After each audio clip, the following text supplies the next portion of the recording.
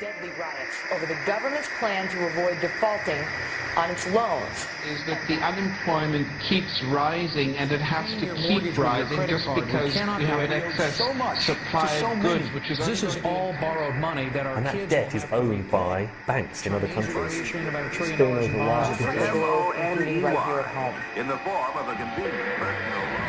A filter cigarette that delivers the taste, and 45 malt liquor. Are you hot? Quite some time ago, by a second, America is sponsoring I first learned it from my grandmother. Now, my grandmother was a wonderful person. She taught me how to play the game Monopoly. She understood that the name of the game is to acquire. She would accumulate everything she could, and eventually she became the master of the board. And then she would always say the same thing to me. She'd look at me and she'd say, "One day, you'll learn to play the game." One summer, I played Monopoly almost every day, all day long. And that summer, I learned to play the game. I came to understand the only way to win is to make a total commitment to acquisition. I came to understand that money and possessions, that's the way that you keep score. And by the end of that summer, I was more ruthless than my grandmother. I was ready to bend the rules if I had to win that game. And I sat down with her to play that fall. I took everything she had. I watched her give her last dollar and quit in utter defeat. And then she had one more thing to teach me. Then she said, "Now it all goes back in the box." All those houses and hotels, all the railroads and utility companies, all that property and all that wonderful money. Now it all goes back in the box. None of it was really yours.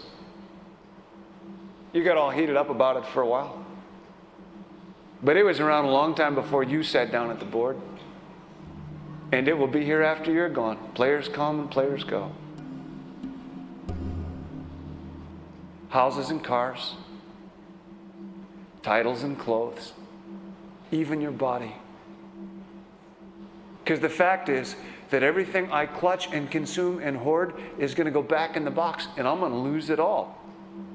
You have to ask yourself, when you finally get the ultimate promotion, when you've made the ultimate purchase, when you buy the ultimate home, when you have stored up financial security and climbed the ladder of success to the highest rung you can possibly climb it, and the thrill wears off, and it will wear off, then what? How far do you have to walk down that road before you see where it leads? Surely you understand, it'll never be enough. So you have to ask yourself the question, what matters?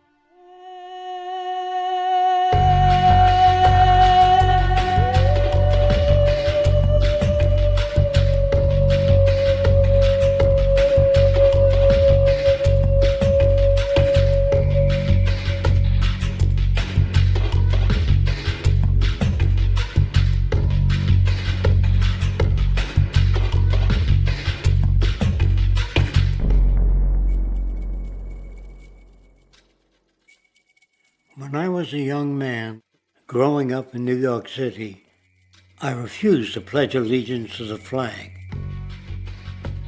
Of course, I was sent to the principal's office, and he asked me, "Why don't you want to pledge allegiance? Everybody does." I said, "Everybody once believed the earth was flat, but that doesn't make it so." I explained that America owed everything it has to other cultures and other nations, and that I would rather pledge allegiance to the earth and everyone on it. Needless to say, it wasn't long before I left school entirely, and I set up a lab in my bedroom. There I began to learn about science and nature. I realized then that the universe is governed by laws, and that the human being, along with society itself, was not exempt from these laws. Then came the crash of 1929, which began what we now call the Great Depression. I found it difficult to understand why millions were out of work, homeless, starving, while all the factories were sitting there. The resources were unchanged. It was then that I realized that the rules of the economic game were inherently invalid. Shortly after came World War II, where various nations took turns systematically destroying each other. I later calculated that all the destruction and wasted resources spent on that war could have easily provided for every human need on the planet. Since that time, I have watched humanity set the stage for its own extinction.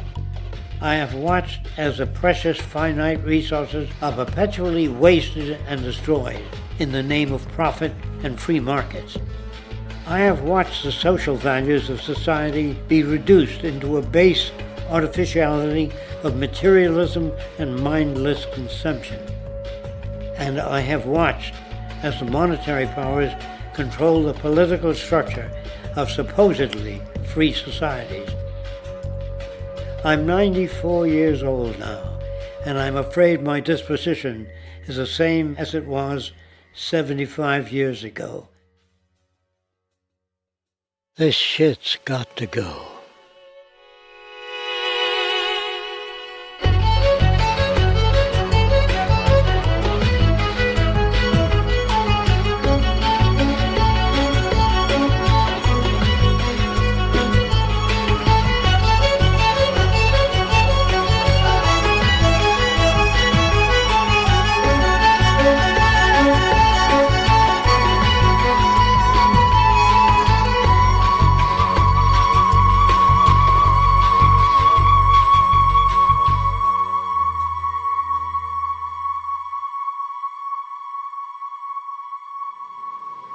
So you're a scientist, and somewhere along the way, hammered into your head is the inevitable nature versus nurture, and that's at least up there with Coke versus Pepsi or Greeks versus Trojans. So nature versus nurture, this by now utterly oversimplifying view of where influences on how a cell deals with an energy crisis, up to what makes us who we are on the most individualistic levels of personality. And what you've got is this complete false dichotomy built around nature as deterministic. At the very bottom of all the causality of life is DNA and the code of codes and the Holy Grail, and everything is driven by it. And at the other end, a much more social science perspective, which is we are social organisms, and biology is for slime molds. Humans are free of biology, and obviously both views are nonsense. What you see instead is it is virtually impossible to understand how biology works outside the context of environment. One of the most crazy-making yet widespread and potentially dangerous notions is, oh, that behavior is genetic. Now, what does that mean? It means all sorts of subtle stuff if you sort of know modern biology, but for most people out there, what it winds up meaning is, a deterministic view of life, one rooted in biology and genetics, genes equal things that can't be changed. Genes equal things that are inevitable and that you might as well not waste resources trying to fix, might as well not put societal energies into trying to improve because it's inevitable, it's unchangeable. And that is sheer nonsense.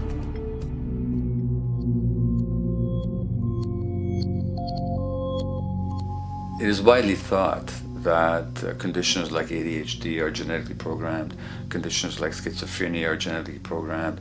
The truth is the opposite. Nothing is genetically programmed. They're very rare diseases. I mean, a small handful, extremely sparsely represented in the population that are truly genetically determined. Most complex conditions might have a predisposition that is a genetic component, but a predisposition is not the same as a predetermination. The whole search for the source of diseases in the genome was doomed to failure before anybody even thought of it, because most diseases are not genetically predetermined. Heart disease, cancer, strokes, rheumatoid conditions, autoimmune conditions in general, mental health conditions, addictions, these are none of them genetically determined.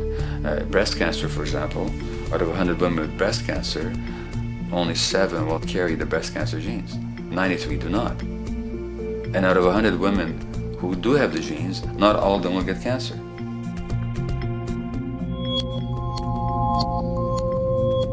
Genes are not just things that make us behave in a particular way regardless of our environment. Genes give us different ways of responding to our environment. In fact, it looks as if some of the early childhood influences of a kind of child rearing affect gene expression, actually turning on and off different genes to put you on a different developmental track, which may suit the kind of world you've got to deal with. So, for example, a study done in Montreal with suicide victims looked at autopsies of the brains of these people. And it turned out that if a suicide victim, these are usually young adults, had been abused as children, the abuse actually caused a genetic change in the brain that was absent in the brains of people who had not been abused.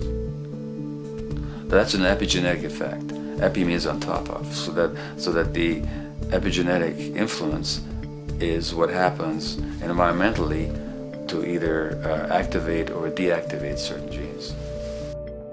In New Zealand, there's a study that was done in a town called Dunedin, in which a few thousand individuals were studied from birth up to into their 20s. What they found was that they could identify a genetic mutation, an abnormal gene, which did have some relation to the predisposition to commit violence, but only if the individual had also been subjected to severe child abuse. In other words, a child with this abnormal gene would be no more likely to be violent than anybody else, and in fact they actually had a lower rate of violence than people with normal genes, as long as they weren't abused as children. Great additional example of the ways in which genes are not be-all, end-all. Fancy technique where you can take a specific gene out of a mouse, that mouse and its descendants will not have that gene, you have knocked out that gene. So there's this one gene that codes for a protein that has something to do with learning and memory, and this fabulous demonstration, knock out that gene and you have a mouse that doesn't learn as well. Ooh, a genetic basis for intelligence. What was much less appreciated in that landmark study that got picked up by the media left and right is take those genetically impaired mice and raise them in a much more enriched, stimulating environment than your normal mice in a lab cage, and they completely overcame that deficit. So when one says in a contemporary sense that, oh, this behavior is genetic, to the extent that that's even a valid sort of phrase to use, what you're saying is there is a genetic contribution to how this organism responds to environment. Genes may influence the readiness with which an organism will deal with a certain environmental challenge. You know, that's not the version most people have in their minds. And not to be too soapboxing, but run with the old sort of version of it's genetic, and it's not that far from a history of eugenics and things of that sort. It's a widespread misconception, and it's a potentially fairly dangerous one. One reason that the sort of biological explanation for violence, one reason that hypothesis is potentially dangerous, it's not just misleading, it can really do harm, is because if you believe that, you could very easily say, well, there's nothing we can do to change the predisposition people have to becoming violent. All we can do if somebody becomes violent is punish them, lock them up or execute them. But we don't need to worry about changing the social environment or the social preconditions that may lead people to become violent, because that's irrelevant. The genetic argument allows us the luxury of ignoring past and present historical and social factors. And in the words of Louis Menand, he wrote in the New Yorker, very astutely, he said, "It's all in the genes, an explanation for the way things are that does not threaten the way things are. Why should someone feel unhappy or engage in antisocial behavior when that person is living in the freest and most prosperous nation on earth? It can't be the system. There must be a flaw in the wiring somewhere," which is a good way of putting it. So the genetic argument is simply a cop-out, which allows us to ignore the social and economic and political factors that in fact underlie many troublesome behaviors.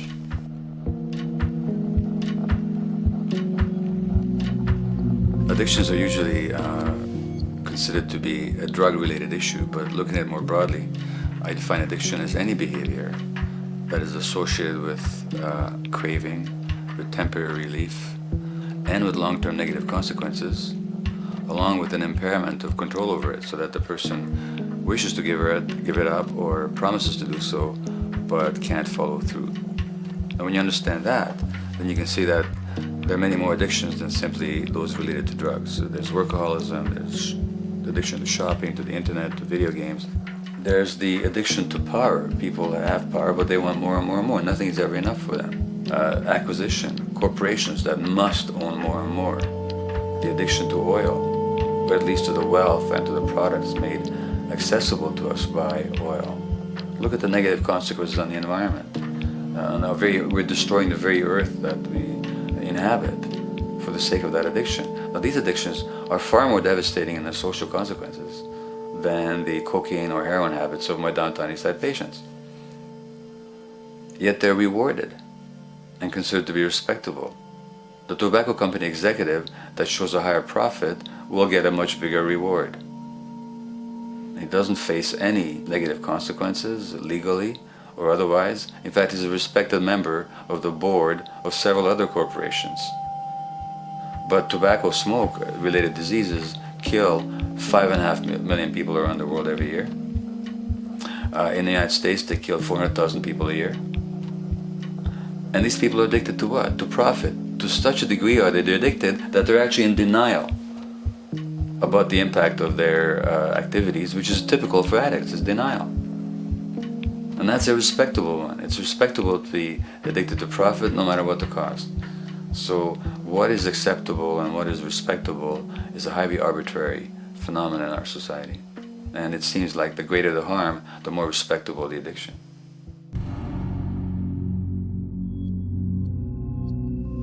There's a general myth that drugs in themselves are addictive. In fact, the war on drugs is predicated on the idea that if you interdict the sources of drugs, you can deal with addiction that way. Now, if we understand addiction in a broader sense, we see that nothing in itself is addictive. No substance, no drug is by itself addictive, and no behavior is by itself addictive. Many people can go shopping without becoming shopaholics. Not everybody becomes a food addict. Not everyone who drinks a glass of wine becomes an alcoholic. So the real issue is what makes people susceptible, because it's the combination of a susceptible individual and the potentially addictive substance or behavior that actually then makes for full flowering of addiction. In short, it's not the drug that's addictive, it's the question of the susceptibility of the individual to being addicted to a particular substance or behavior. If we wish to understand what then makes some people susceptible, we actually have to look at their life experience. The old idea, although it's old, but it's still broadly held, that addictions are due to some genetic cause is simply scientifically untenable. What the case is actually is that certain life experiences make people susceptible. Life experiences that not only shape the person's personality and psychological needs, but also their very brains in certain ways. And that process begins in utero.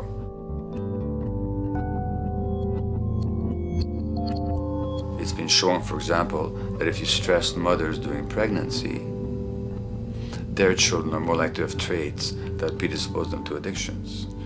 And that's because development is shaped by the psychological and social environment. So the biology of human beings is very much affected by and programmed by their life experiences beginning in utero. Environment does not begin at birth. Environment begins as soon as you have an environment. As soon as you are a fetus, you are subject to whatever information is coming through mom's circulations, hormones, levels of nutrients. Great landmark example of this, something called the Dutch hunger winter. 1944, Nazis occupying Holland. For a bunch of reasons, they decide to take all the food and divert it to Germany. For 3 months, everybody there is starving. Tens of thousands of people starve to death. What the Dutch hunger winter effect is, if you were a second or third trimester fetus during the starvation, your body learned something very unique during that time. As it turns out, second, third trimester, something that your body is going about trying to learn about the environment is, well, how menacing of a place is it out there? How plentiful? How much nutrients am I getting by way of mom's circulation? Be a fetus who is starving during that time, and your body programs forever after to be really, really, really stingy with your sugar and fat, and what you do is you store every bit of it. Be a Dutch hunger winter fetus, and half a century later, everything else being equal, you are more likely to have high blood pressure, obesity, or metabolic syndrome. That is environment coming in a very unexpected place. You can stress animals in a laboratory when they're pregnant, and their offspring will be more likely to use cocaine and alcohol as adults. You can stress human mothers. For example, in a British study, women who are abused in pregnancy will have higher levels of the stress hormone cortisol in their placenta at birth, and their children are more likely to have conditions that predispose them to addictions by age 7 or 8. So in utero stress already prepares the ground for all kinds of mental health issues. Israeli study done prior on children born to mothers who were pregnant prior to the onset of the 1967 war. These women, of course, are very stressed, and their offspring have a higher incidence of schizophrenia than the average cohort. So there's plenty of evidence now that prenatal effects have a huge impact on the developing human being.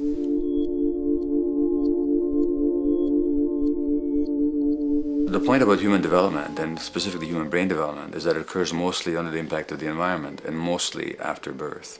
Now, if you compare us to a horse, which can run on the first day of life, we see that we are very undeveloped. We can't muster that much neurological coordination, balance, muscle strength, visual acuity until a year and a half, 2 years. And that's because the brain development that in the horse happens in the safety of the womb, in a human being has to happen after birth.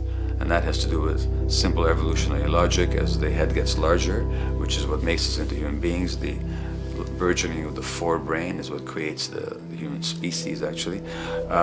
At the same time, we walk on 2 legs, so our pelvis narrows to accommodate that. So now we have a narrower pelvis, a larger head. Bingo, we have to be born prematurely. And that means that the brain development that in other animals occurs in utero, in us, occurs after birth. And much of that under the impact of the environment. And the concept of neural Darwinism simply means that the circuits that get the appropriate input from the environment will develop optimally, and the ones that don't will either not develop optimally or perhaps not at all. If you take a child with perfectly good eyes at birth and you put him in a dark room for 5 years, he'll be blind thereafter for the rest of his life, because The circuits of vision require light waves for their development, and without that, even the rudimentary circuits present and active at birth will atrophy and die, and new ones will not develop. There's a significant way in which early experiences shape adult behavior, and even and especially early experiences for which there's no recall memory. It turns out that there are two kinds of memory. There is explicit memory, which is recall. This is when you can call back facts, details, episodes, circumstances. But the structure in the brain, which is called the hippocampus, which encodes recall memory, it doesn't even begin to develop fully until a year and a half, and it's not fully developed till much later, which is why hardly anybody has any recall memory prior to 18 months. But there's another kind of memory, which is called implicit memory, which is in fact an emotional memory, where the emotional impact and the interpretation that the child makes of those emotional experiences is ingrained in the brain in the form of nerve circuits ready to fire without specific recall. So to give you a clear example, people who are adopted have a lifelong sense of rejection very often. They can't recall the adoption, they can't recall the separation from birth mother, because there's nothing there to recall with. But the emotional memory of separation and rejection is deeply embedded in their brains. Hence, they're much more likely to experience a sense of rejection and a great emotional upset when they perceive themselves as being rejected than other people. That's not unique to people who are adopted, but it's particularly strong in them because of this function of implicit memory. People who are addicted, given that they, according to all the research literature, certainly in my experience, the hardcore addicts virtually were all significantly abused as children or suffered severe emotional loss. Their emotional or implicit memories are those of a world that's not safe and not helpful, caregivers who are not to be trusted, and relationships that are not safe enough to open up to vulnerably. And hence their responses tend to be to keep themselves separate from really intimate relationships, not to trust caregivers, doctors and other people who are trying to help them, and generally see the world as an unsafe place. And that's strictly a function of implicit memory, which sometimes has to do with incidents they don't even recall.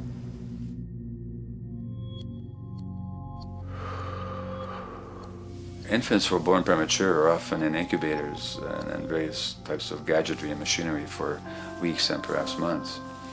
It's now known that if these children are touched and stroked on the back for just 10 minutes a day, that promotes their brain development.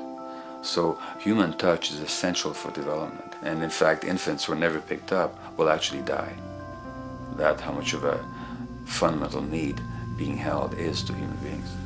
In our society, there's an unfortunate tendency to tell parents not to pick up their kids, not to hold them, not to pick up babies who are crying for fear of spoiling them, or to encourage them to sleep through the night. You don't pick them up, which is just the opposite of what the child needs. And these children might go back to sleep because they give up and their brains just shut down as a way of defending against the vulnerability of being abandoned really by their parents. But their implicit memories will be that of a world that doesn't give a damn. A lot of these differences are structured very early in life. In a way, if you like, the parental experience of adversity, how tough life is or how easy it is passed on to children, whether through maternal depression or parents being bad-tempered with their kids because they've had a hard day or just being too tired at the end of the day.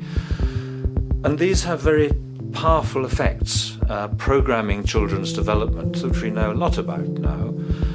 But that's early sensitivity isn't just an evolutionary mistake. It exists again in many different species. Even seedlings, there's an early adaptive process to the kind of environment they're growing up in. But for humans, the adaptation is to the quality of social relations. And so early life, how nurturing or how much conflict, how much attention you get, is a taster of the kind of world you may be growing up in. Are you growing up in a world where you have to fight for what you can get, watch your back, fend for yourself, learn not to trust others? Or are you growing up in a society where you depend on reciprocity, mutuality, cooperation, where empathy is important, where your security depends on good relations with other people? And that needs a very different emotional and cognitive development. And that's what the early sensitivity is about. And parenting is almost, quite unconsciously, a system for passing on that experience to children of the kind of world they're in. The great British child psychiatrist D.W. Winnicott said that fundamentally two things can go wrong in childhood. One is when things happen that shouldn't happen, and then things that should happen but don't. And the first category is the traumatic and abusive and abandonment experiences of my downtown East Side patients and of many addicts. That's what shouldn't happen but did. But then there is the non-stressed, attuned, non-distracted attention of the parent that every child needs, that very often children don't get. They're not abused, they're not neglected, and they're not traumatized. But what should happen, the presence of the emotionally available, nurturing parent, just is not available to them because of the stresses in our society and the parenting environment. And the psychologist Alan Shore calls that proximal abandonment, when the parent is physically present, but emotionally absent. I have spent, roughly the last 40 years of my life working with the most violent people our society produces, murderers, rapists, and so on, in an attempt to understand what causes this violence. I discovered that the most violent of the criminals in our prisons had themselves been victims of a degree of child abuse that was beyond the scale of what I ever thought of applying the term child abuse to. I had no idea of the depth of the depravity with which children in our society are all too often treated. The most violent people I saw were themselves the survivors of their own attempted murder, often at the hands of their parents or other people in their social environment, or were the survivors of family members who'd been killed, their closest family members, by other people. The Buddha argued that everything depends on everything else. He says the one contains the many and the many contains the one. That you can't understand anything in isolation from its environment. The leaf contains the sun, the sky, and the earth, obviously. This has not been shown to be true, of course, all around, and specifically when it comes to human development. The modern scientific term for it is the biopsychosocial nature of human development, which says that the biology of human beings depends very much on their interaction with the social and psychological environment. And specifically, the psychiatrist and researcher Daniel Siegel at the University of California, Los Angeles, UCLA, has coined the phrase interpersonal neurobiology, which means to say that the way that our nervous system functions depends very much on our personal relationships. In the first place with the parenting caregivers, and in the second place with other important attachment figures in our lives, and in the third place with our entire culture. So that you can't separate the neurological functioning of a human being from the environment in which he or she grew up in and continues to exist in. And this is true throughout the life cycle. It's particularly true when you're dependent and helpless and your brain is developing, but it's true even in adults and even at the end of life. Human beings have lived in almost every kind of society, from the most egalitarian, hunting and gathering societies seem to have been very egalitarian, for instance, based on food sharing, gift exchange. Small bands of people living predominantly off of foraging, but a little bit of hunting.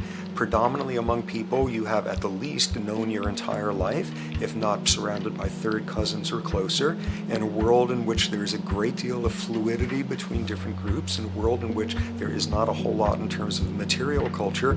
This is how humans have spent most of their hominid history. And no surprise, that makes for a very different world. One of the things you get as a result of that is far less violence. Organized group violence is not something that occurred at that time of human history, and it seems quite clear. So where did we go wrong? Violence is not universal. It's not symmetrically distributed throughout the human race. There is a huge variation in the amount of violence in different societies. There are some societies that have virtually no violence. There are others that destroy themselves. Some of the Anabaptist religious groups that are complete strict pacifists, like the Amish, the Mennonites, the Hutterites. Among some of these groups, the Hutterites, there are no recorded cases of homicide. During our major wars, like World War II, where people were being drafted, they would refuse to serve in the military. They would go to prison rather than serve in the military. In the kibbutzim in Israel, the level of violence is so low that the criminal courts there will often send violent offenders, people who've committed crimes, to live on the kibbutzim in order to learn how to live a nonviolent life, because that's the way people live there. So we are amply shaped by society.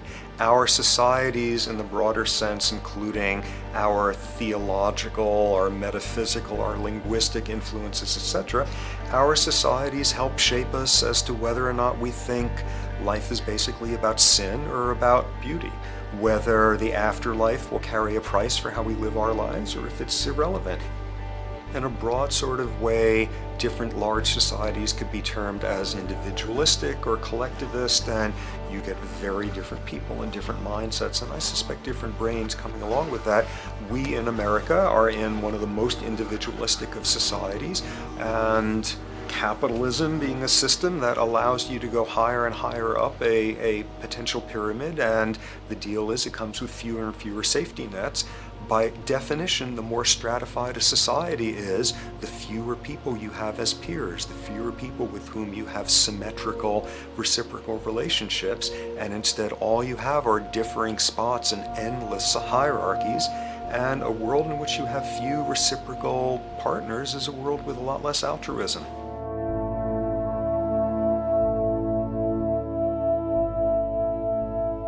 Alright, so this brings us to a total impossible juncture, which is to try to make sense in perspective of science as to what the nature is of human nature. You know, on a certain level, the nature of our nature is not to be particularly constrained by our nature. We come up with more social variability than any species out there, more systems of belief, of styles of family structures, of ways of raising children. The capacity for variety that we have is extraordinary. In a society which is predicated on competition and really very often the ruthless exploitation of one human being by another, the profiteering of other people's problems, and very often the creation of problems for the purpose of profiteering, the ruling ideology will very often justify that behavior by appeals to some fundamental and unalterable human nature. So the myth in our society is that people are competitive by nature, and that they're individualistic, and that they're selfish. The real reality is quite the opposite. We have certain human needs. The only way that you can talk about human nature concretely is by recognizing that there's certain human needs. We have a human need for companionship and for close contact, to be loved, to be attached to be accepted, to be seen, to be received for who we are. If those needs are met, we develop into people who are compassionate and cooperative and who have empathy for other people. So the opposite that we often see in our society is in fact the distortion of human nature, precisely because so few people have their needs met. So yes, you can talk about a human nature, but only in a sense of basic human needs that are instinctively evoked, or I should say certain human needs that lead to certain traits if they are met, and a different set of traits if they're denied.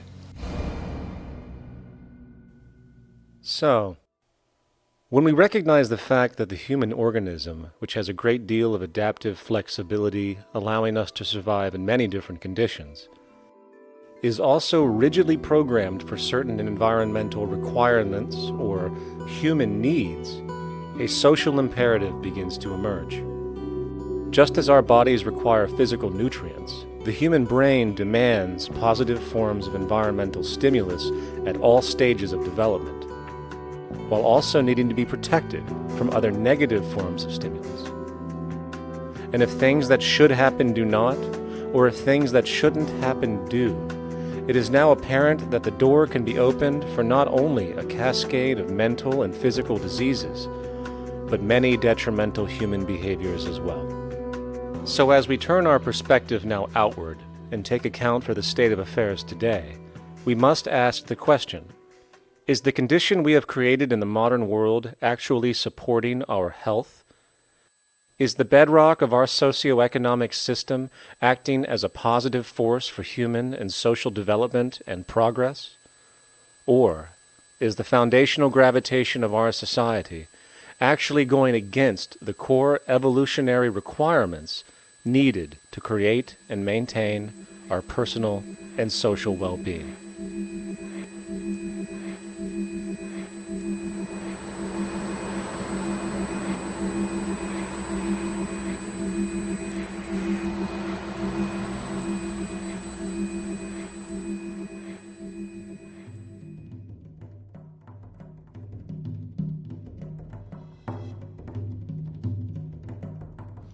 So one might ask, where did this all begin?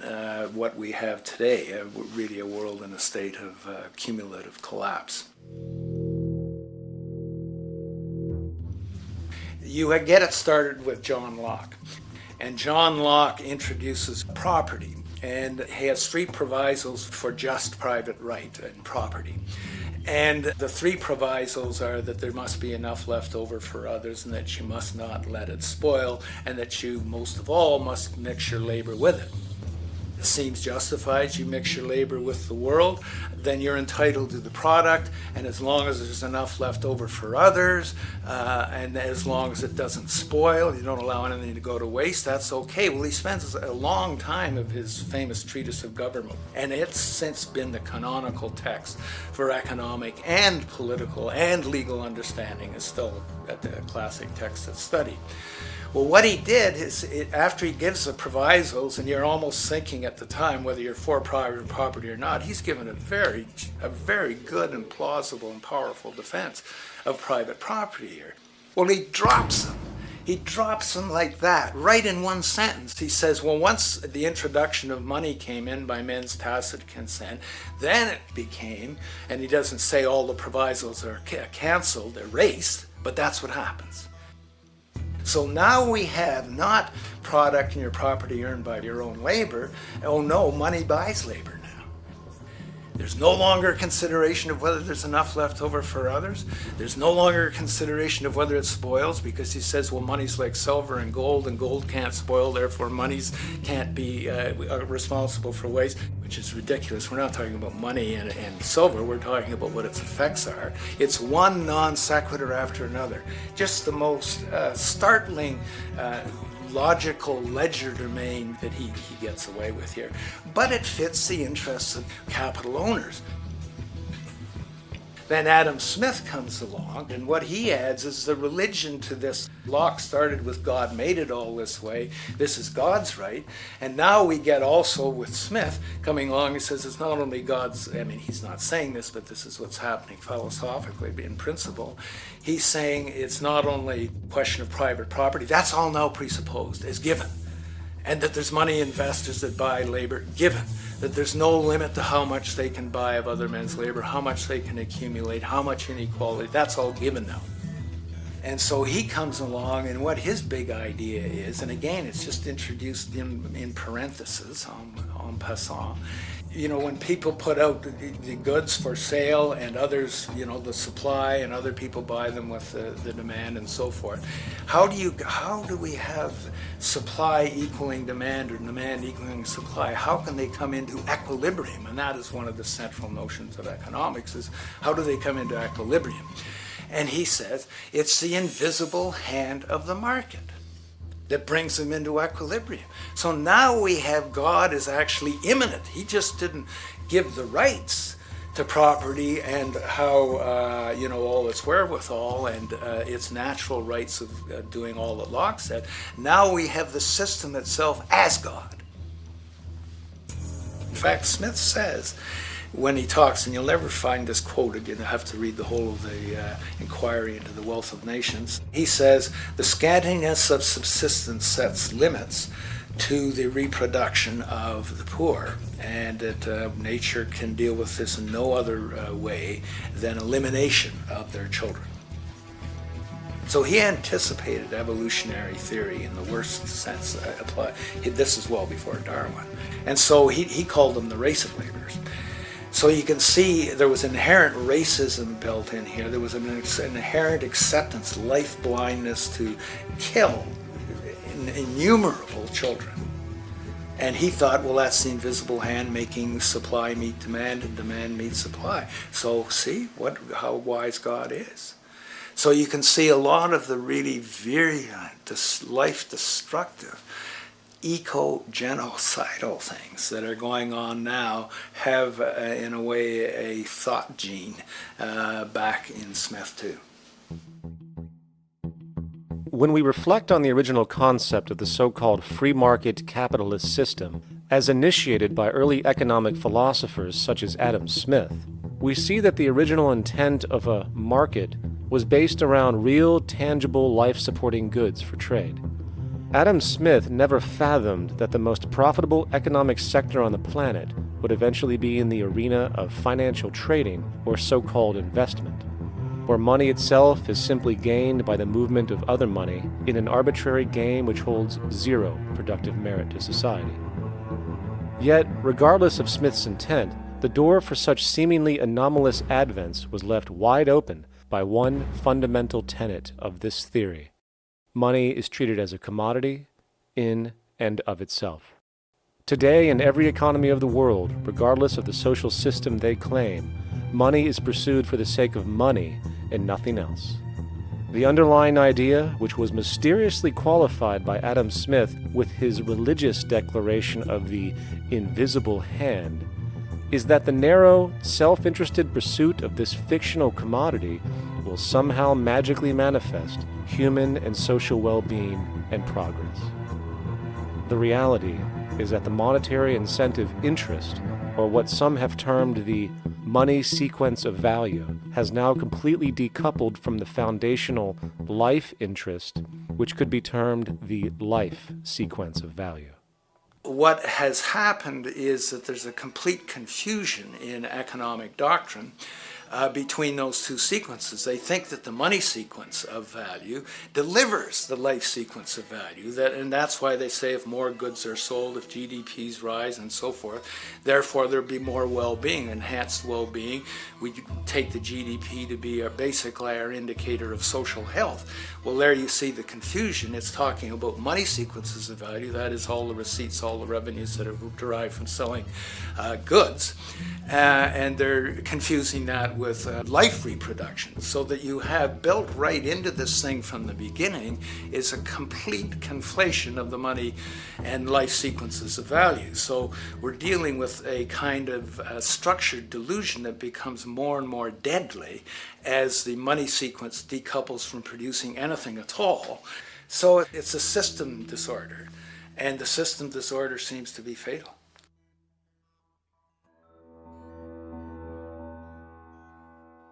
In society today, you seldom hear anyone speak of the progress of their country or society in terms of their physical well-being, state of happiness, trust, or social stability. Rather, the measures are presented to us through economic abstractions.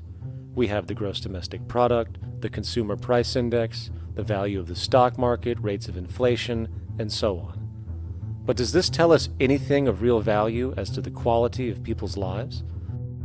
No, all these measures have to do with the money sequence itself and nothing more. For example, the gross domestic product of a country is a measure of the value of goods and services sold. This measure is claimed to correlate to the standard of living of a country's people. In the United States, healthcare accounted for over 17% of GDP in 2009, amounting to over $2.5 trillion spent. hence creating a positive effect on this economic measure.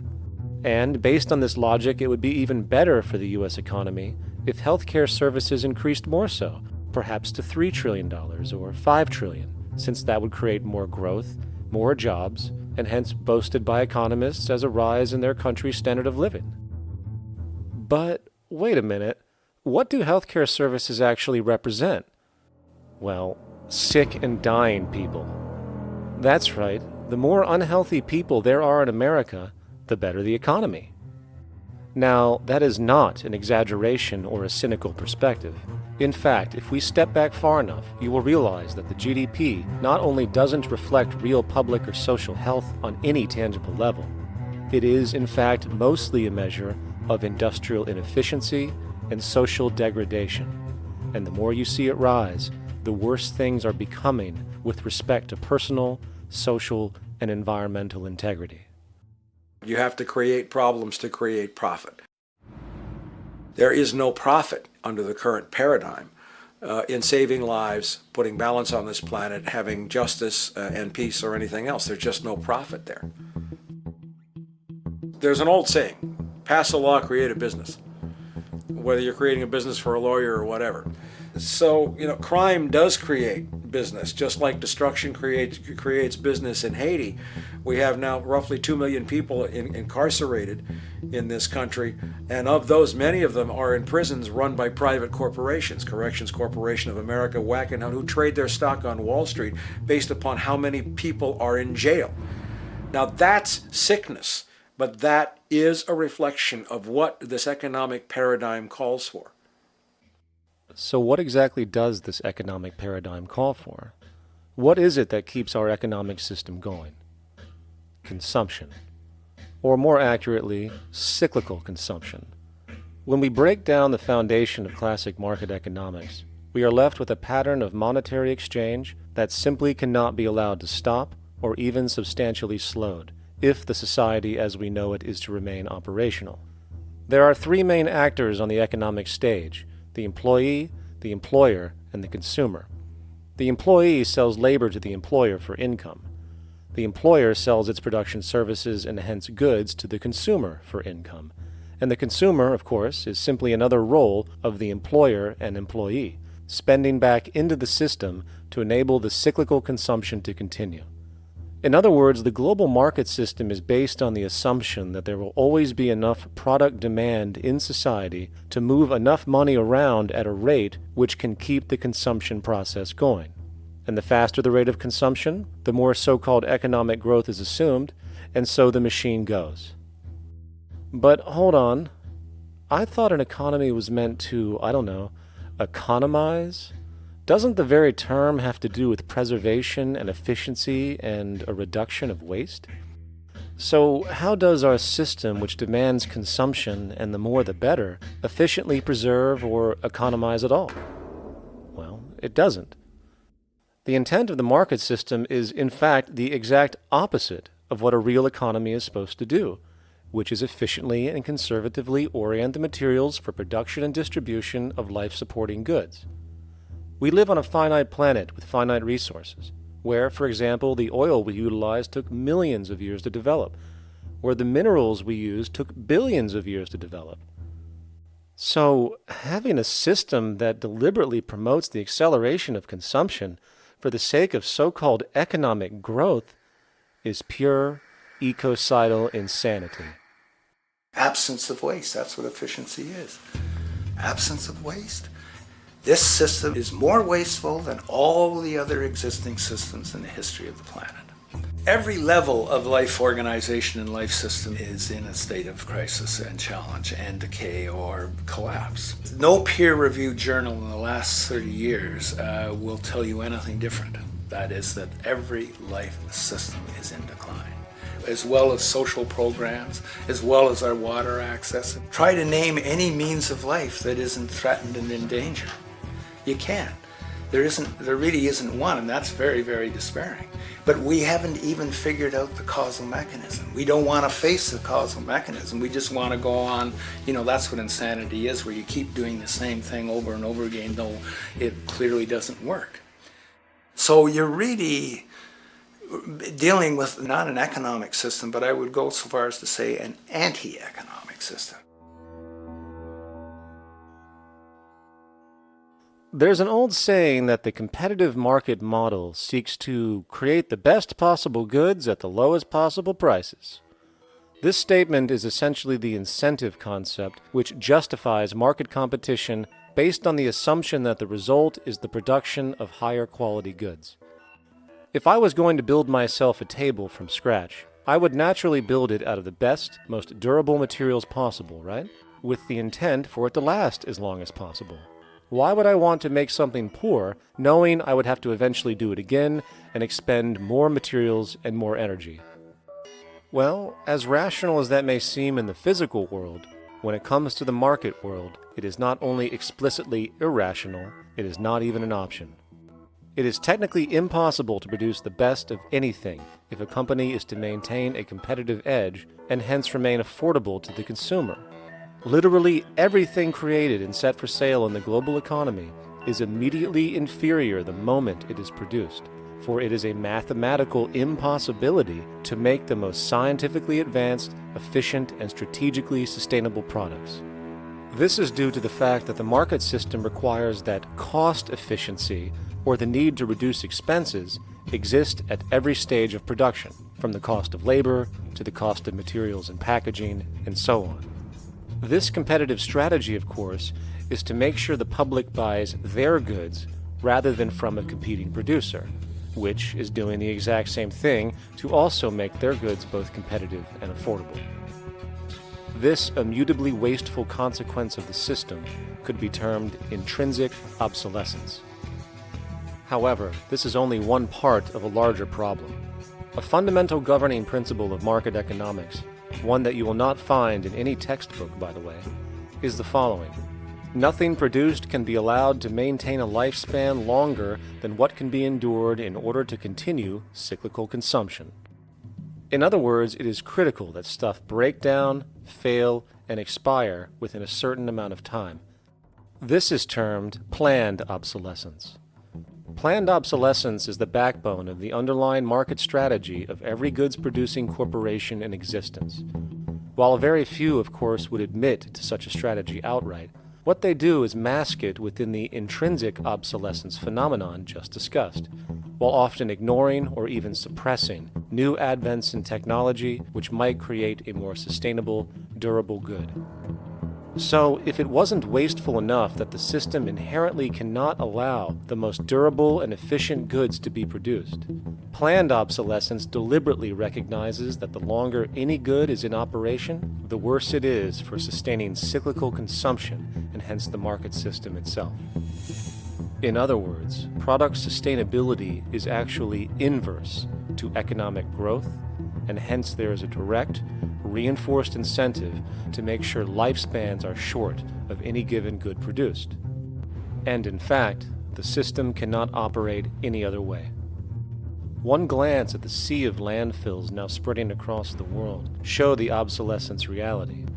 There are now billions of cheaply made cell phones, computers, and other technology, each full of precious, difficult-to-mine materials such as gold, coltan, copper, now rotting in vast piles, usually due to the mere malfunction or obsolescence of small parts, which, in a conservative society, could likely be fixed or updated, and the life of the good extended. Unfortunately, as efficient as that may seem in our physical reality, living on a finite planet with finite resources, it is explicitly inefficient with respect to the market. To put it into a phrase, efficiency, sustainability, and preservation are the enemies of our economic system. Likewise, just as physical goods need to be constantly produced and reproduced regardless of their environmental impact, the service industry operates with an equal rationale.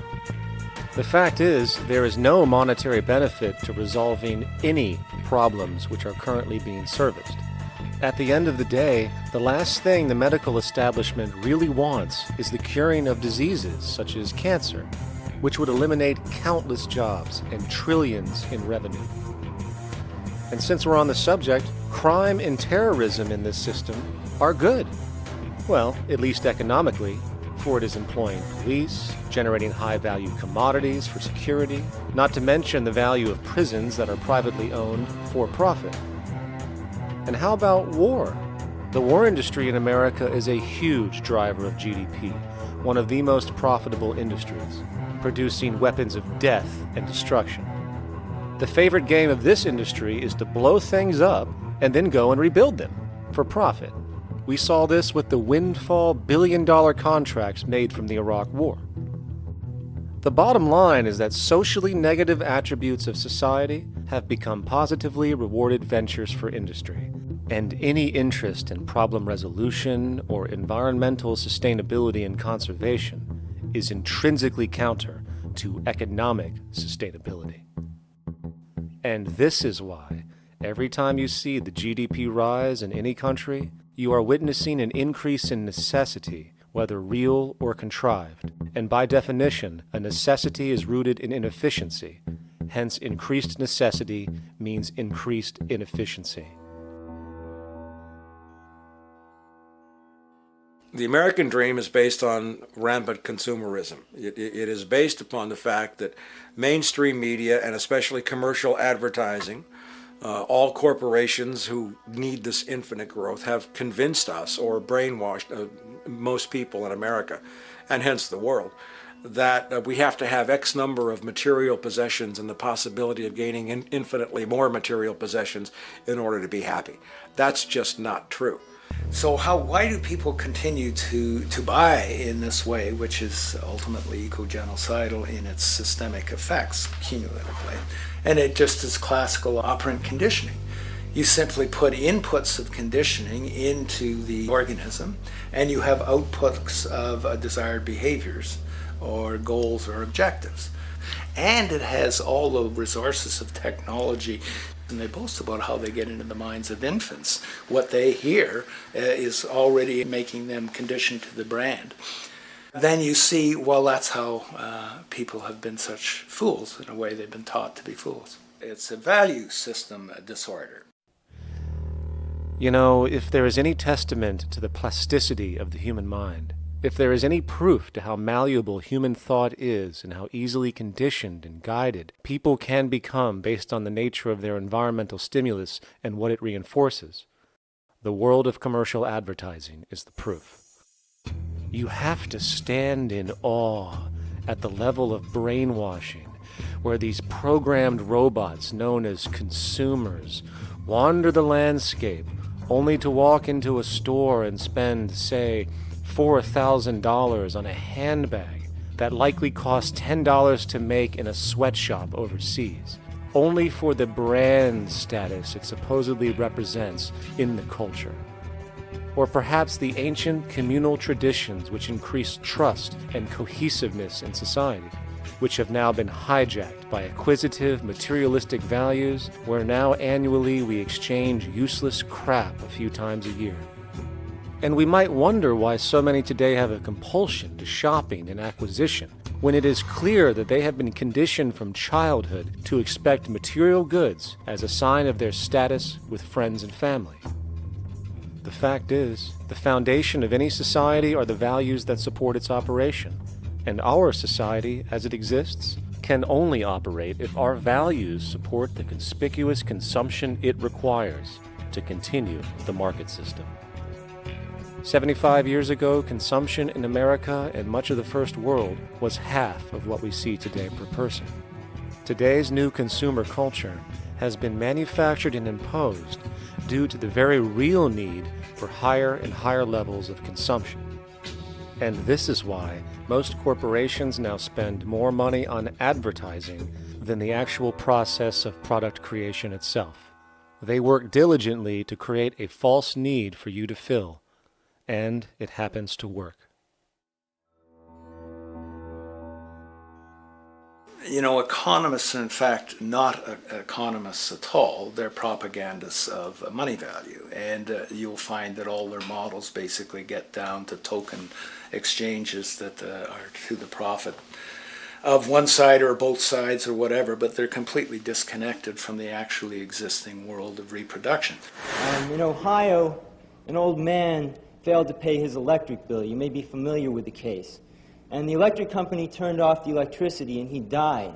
The reason they turned it off was because it wouldn't have been profitable for them to keep it on because he didn't pay his bill. Do you believe that was right? The responsibility really lies not on the electric company for turning it off, but on those of this man's neighbors and friends and associates who are not charitable enough to enable him as an individual to meet the electric bill. Did I hear that right? Did he just say the death of a man caused by not having money was the responsibility of other people, or in effect, charity? Well then, I guess we're going to need a whole lot of infomercials, little miserable coin slot donations for bodega counters, and a bunch of pickle jars for the billion people now starving to death on this planet because of the very system Milton Friedman promotes. Whether you are dealing with the philosophies of Milton Friedman, F.A. Hayek, John Maynard Keynes, Ludwig von Mises, or any other major market economist, the basis of rationale rarely leaves the money sequence. It is like a religion. Consumption analysis, stabilization policies, deficit spending, aggregate demand. It exists as a never-ending, self-referring, self-rationalizing circle of discourse where universal human need, natural resources, or any form of physical life-supporting efficiency is ruled out by default and replaced by the singular notion that humans seeking advantage over each other for money alone, motivated by their own narrow self-interest, will magically create a sustainable, healthy, balanced society. There is no life coordinate in this whole theory, this whole doctrine. What are they doing? What are they doing? What they're doing is tracking money sequences. That's all it is tracking money sequences, presupposing everything that matters. One, that there's no life coordinates. Wow, no life coordinates. Two, that all the agents are self-maximizing preference seekers. That is, they think of nothing other than themselves and what they can get most for themselves. That's the notion, that's the ruling notion of rationality. Self-maximizing choice. And the only thing that they're interested in self-maximizing is money or commodities. Well, where does social relations come in? It doesn't, except in the exchange to self-maximize. Where do our natural resources come in? They don't, except to exploit. Where does the family come in as being able to survive? It doesn't. They have to have money in order to purchase any good. Well, shouldn't an economy deal somewhere with human need? Isn't that what the fundamental issue is, to satisfy human needs? Oh, need isn't even in your lexicon. You dissolve it into wants. And what is a want? That means money demand that wants to buy. Well, if it's money demand that wants to buy, it's got nothing to do with need, because it may be the person has no money demand and desperately needs, say, water supply. Or it may be money demand wants a gold toilet seat. Well, where does it all go? To the gold toilet seat. And you call this economics? Like, it's really, when one thinks of it, it's got to be the most bizarre delusion in the history of human thought. Now, so far we have focused on the market system, but this system is actually only one half of the global economic paradigm. The other half is the monetary system. While the market system deals with the interaction of people gaming for profit across the spectrum of labor, production, and distribution, the monetary system is an underlying set of policies set by financial institutions which create conditions for the market system, among other things. It includes terms we often hear, such as interest rates, loans, debt, the money supply, inflation, etc. And while you might want to pull your hair out listening to the gibberish coming from the monetary economists, modest preemptive actions can obviate the need of more drastic actions at a later date. The nature and effect of this system is actually quite simple. Our economy has, or the global economy, has three basic things that govern it. One is fractional reserve banking, banks printing money out of nothing. It's also based upon compound interest. When you borrow money, you have to pay back more than you borrowed, which means that you, in effect, create money out of thin air, again, which has to be serviced by creating still more money. We live in an infinite growth paradigm. The economic paradigm we live in now is a Ponzi scheme. Nothing grows forever. It's not possible. As the great psychologist James Hillman wrote, the only thing that grows in a human body after a certain age is cancer. It's not just the amount of money that has to keep growing, it's the amount of consumers. Consumers to borrow money at interest to generate more money, and obviously that's not possible on a finite planet. People are basically vehicles to just create money, which must create more money to keep the whole thing from falling apart, which is what's happening right now. There are really only two things anyone needs to know about the monetary system.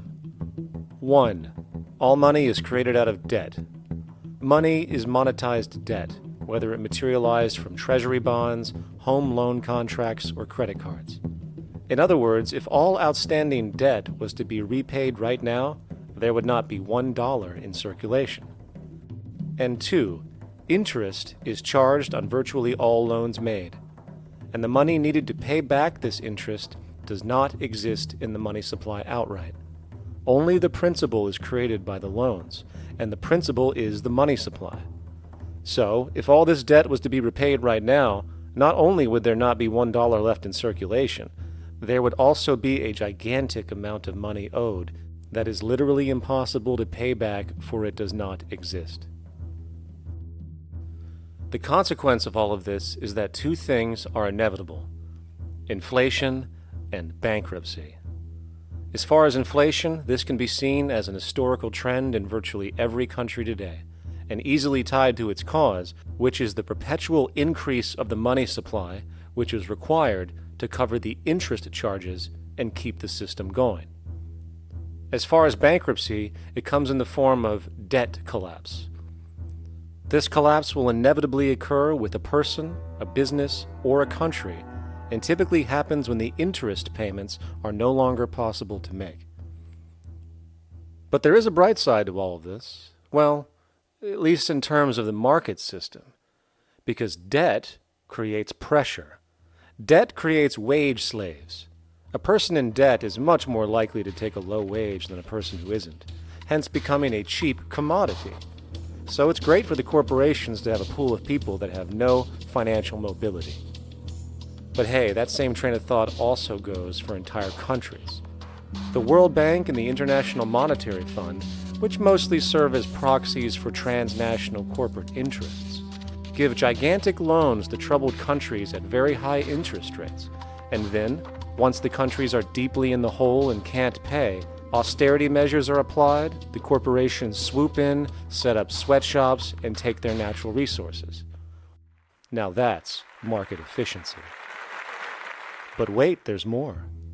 You see, there's this unique hybrid of the monetary and market system called the stock market, which rather than, actually produce anything real, they just buy and sell money itself. And when it comes to debt, you know what they do? That's right, they trade it.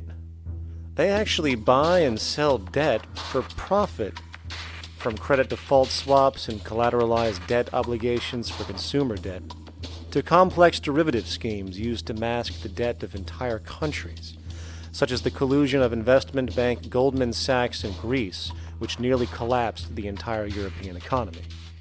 So when it comes to the stock market and Wall Street, we have an entirely new level of insanity born out of the money sequence of value. All you need to know about markets was written in an editorial in the Wall Street Journal a couple of years ago. It was called Lessons of the Brain-Damaged Investor. And in this editorial, they explain why people with slight brain damage do better as investors than people with normal brain functionality. Why? Because the slightly brain-damaged person has no empathy. And that's the key. If you don't have any empathy, you do well as an investor. And so Wall Street breeds people who have no empathy to go in there and to make decisions and make trades that they have no compunction about and no thought whatsoever as to what they're doing might affect their fellow human being. So they breed these robots, these people who have no souls. And since they don't even want to pay these people anymore, they're now breeding robots, real algorithmic traders, Goldman Sachs and the high-frequency trading scandal. They put a computer next to the exchange, the New York Stock Exchange. This computer, this co-located computer, as they call it, it front-runs all the trades on the exchange, and it hits the exchange with volumes of orders in ways that scalp pennies and nickels away from the exchange. It's like they're siphoning money all day long. They went one quarter last year, 30 or 60 straight days without a single down day and made millions of dollars every single day. Is that because, well, that's statistically impossible. When I worked on Wall Street, the way it works is everyone kicks upstairs the bribes. The brokers bribe to the office manager bribes to the regional sales manager bribes to the national sales manager. It's a common understanding. At Christmas, who gets the biggest bonus at Christmas in an average brokerage office? The compliance officer. The compliance officer sits there all day long. He's supposed to be making sure you don't violate any of the margin rules and you're complying with the law. Of course, yeah, to the extent that you can bribe the compliance officer, yeah, that's right, you are complying with the law. So how does fraud has become the system? It's no longer a byproduct. It is the system. You know, it's like that old Woody Allen joke. He says, "Doctor, my brother thinks he's a chicken." And the doctor says, "Take a pill, and that should cure the problem." And he says, "No, doctor, you don't understand. We need the eggs." Okay? So the trading of fraudulent claims back and forth between banks to generate fees, to generate bonuses, has become the GDP producing growth engine of the United States economy. Even though they're essentially trading fraudulent claims that there's absolutely no hope of ever paying back. They're processing and generating and resecuritizing nothing. If I write $20 billion on a cocktail napkin and I sell it to JP Morgan while JP Morgan writes $20 billion on a cocktail napkin, and we swap those two cocktail napkins at a bar and we each pay ourselves 1/4% in a fee, we make a lot of money for our Christmas bonus. We each have on our books a $20 billion cocktail napkin, which has no real value until such time as the system is no longer able to absorb bogus cocktail napkins, in which case we go to the government to get bailed out. And because of Wall Street and the global stock market, there are now conservatively about $700 trillion of outstanding fraudulent claims known as derivatives, still waiting to collapse, a value amounting to over 10 times the gross domestic product of the entire planet. And while we have seen the bailouts of corporations and banks by governments, which of course comedically borrow their money from banks to begin with, we are now seeing attempts to bail out whole countries by conglomerates of other countries through the international banks. But how do you bail out a planet? There is no country out there that isn't now saturated in debt. The cascade of sovereign debt defaults we have seen can only be the beginning when the math is taken into account. It has been estimated in the United States alone that income tax would need to be raised to 65% per person just to cover the interest in the near future. Economists are now foreshadowing that within a few decades, 60% of the countries on the planet will be bankrupt.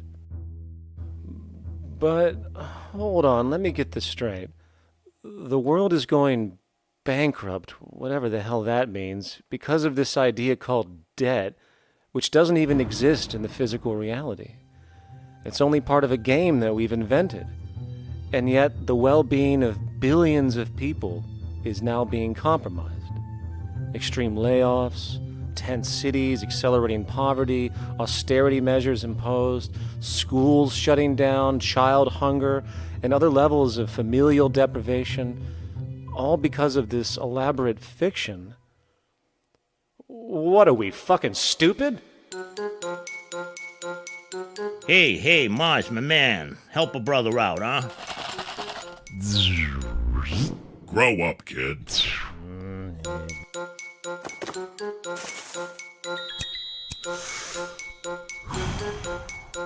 Saturn, what's up, man? You remember that smoking nebula I hooked you up with a while back?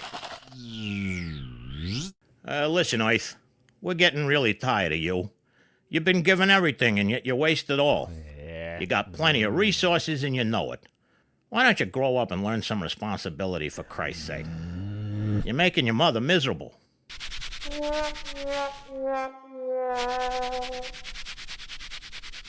You're on your own, pal. Yeah, whatever.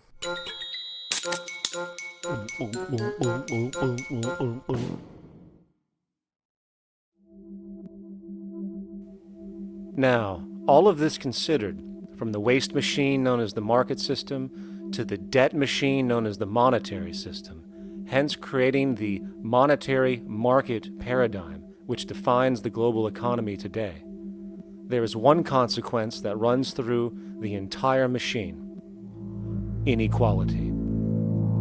Whether it is the market system which creates a natural gravitation towards monopoly and power consolidation, while also generating pockets of wealthy industries that tower over others regardless of utility, such as the fact that top hedge fund managers on Wall Street now take home over $300 million a year for contributing literally nothing, while a scientist looking for a cure for a disease trying to help humanity might make $60,000 a year if they're lucky.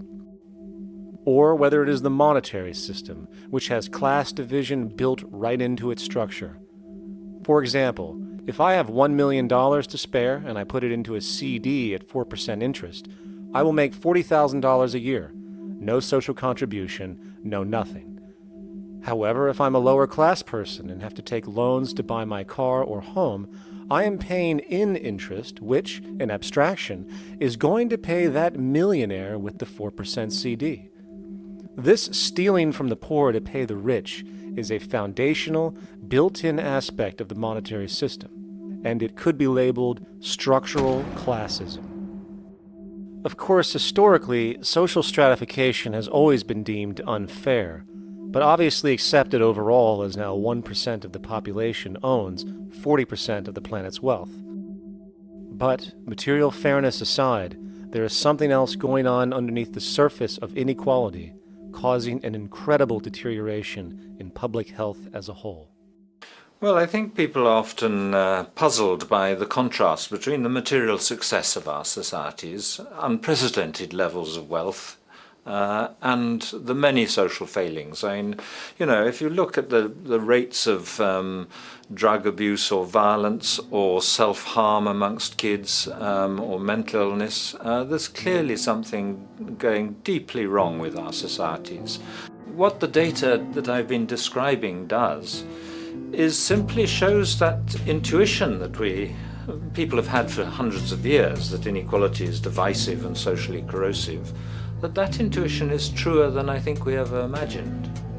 There are very powerful psychological and social effects of inequality, more to do, I suppose, with feelings of superiority and inferiority, that kind of division, and maybe going with the sort of respect, disrespect, people feeling looked down on at the bottom, which, by the way, is why violence is more common in more unequal societies. It's the trigger to violence is so often people feeling looked down on and disrespected. If there is one principle I can emphasize that is the most important principle underlying the prevention of violence, it would be equality. The single most significant factor that affects the rate of violence is the degree of equality versus the degree of inequality in that society. So what one's looking at is a sort of general social dysfunction. It's not just one or two things that go wrong as inequality increases. It seems to be everything, whether we're talking about crime or health or mental illness or whatever. One of the really disturbing findings out in public health there is never ever make the mistake of being poor or being born poor. Your health pays for it in endless sorts of ways, something known as the health socioeconomic gradient. As you move down from the highest strata in society in terms of socioeconomic status, every step down, health gets worse for umpteen different diseases. Life expectancy gets worse, infant mortality rate, everything you could look at. So a huge issue has been, why is it that this gradient exists? Totally simple, obvious answer, which is if you are chronically sick, you're not going to be very productive, so health causes drive socioeconomic differences. not that in the slightest. On the very simple level that you could look at socioeconomic status of a 10-year-old, and that's going to predict something about their health decades later. So that's the direction of causality. Next one, what's it about? Oh, it's perfectly obvious. Poor people can't afford to go to the doctor. It's healthcare access. It's got nothing to do with that, because you see these same gradients in countries with universal healthcare, socialized medicine. Okay, next simple explanation.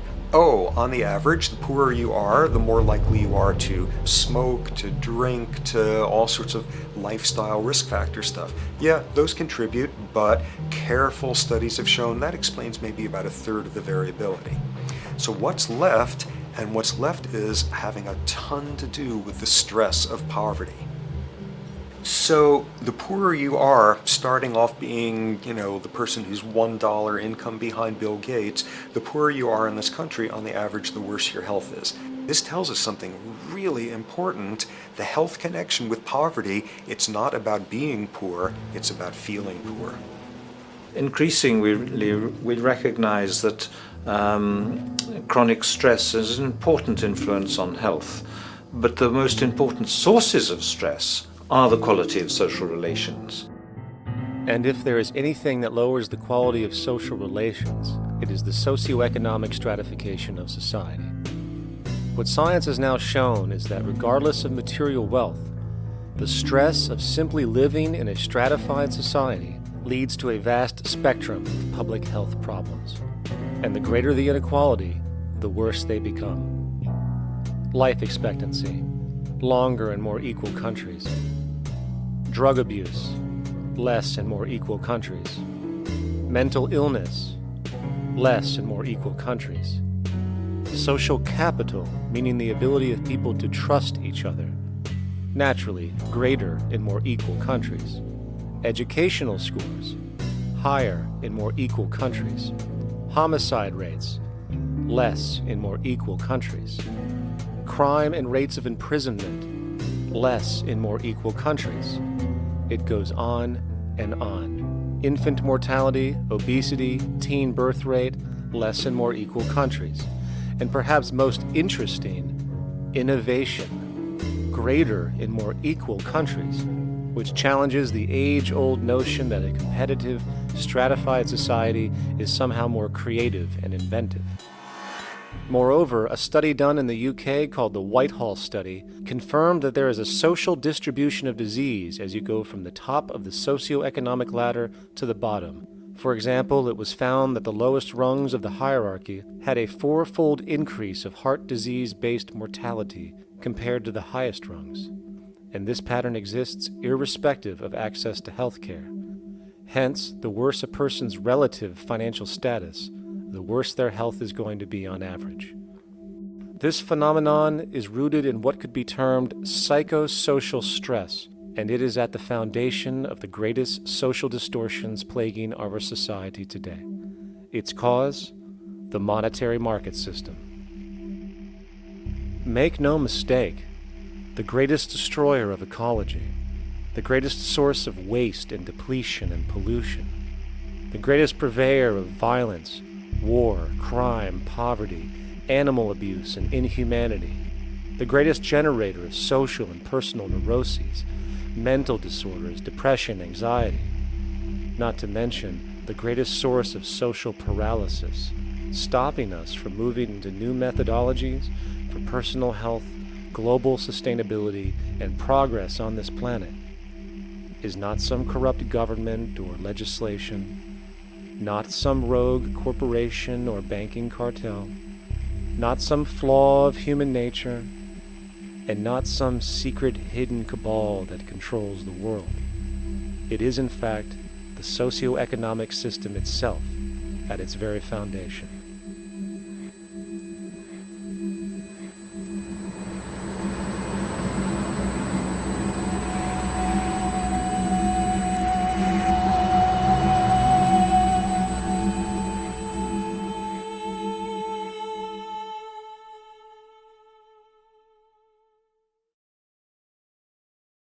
Let's imagine for a moment we had the option to redesign human civilization from the ground up.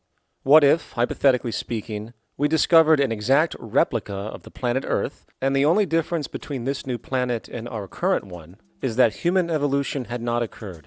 It was an open palette.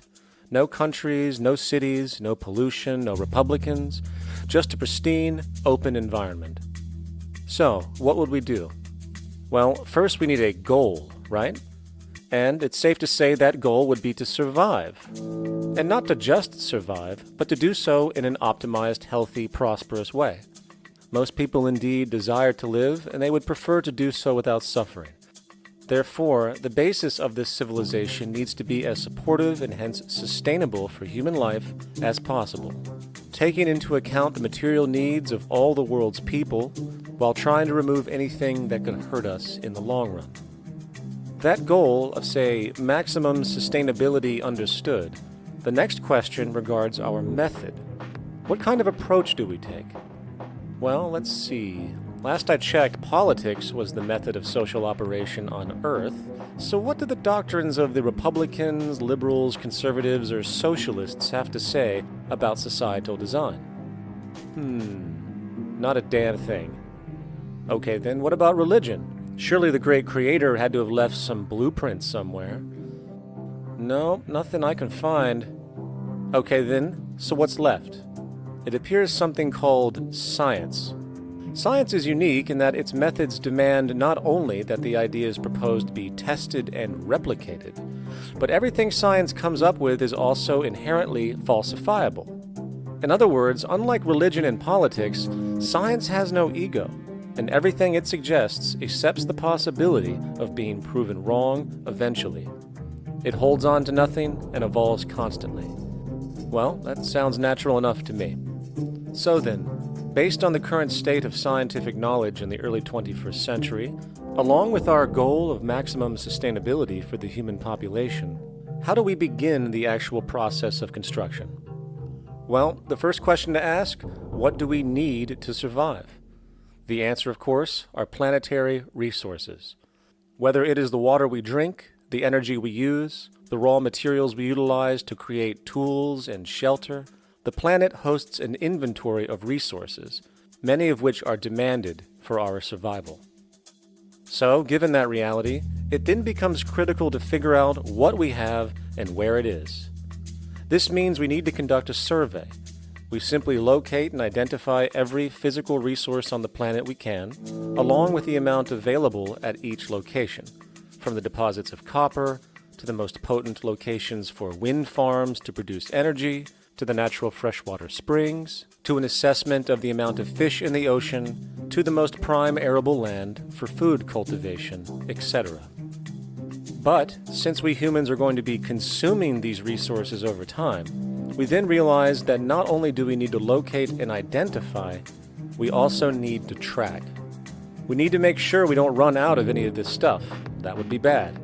And this means not only tracking our rates of use, but the rates of earthly regeneration as well, such as how long it takes for, say, a tree to grow or a spring to replenish. This is called dynamic equilibrium.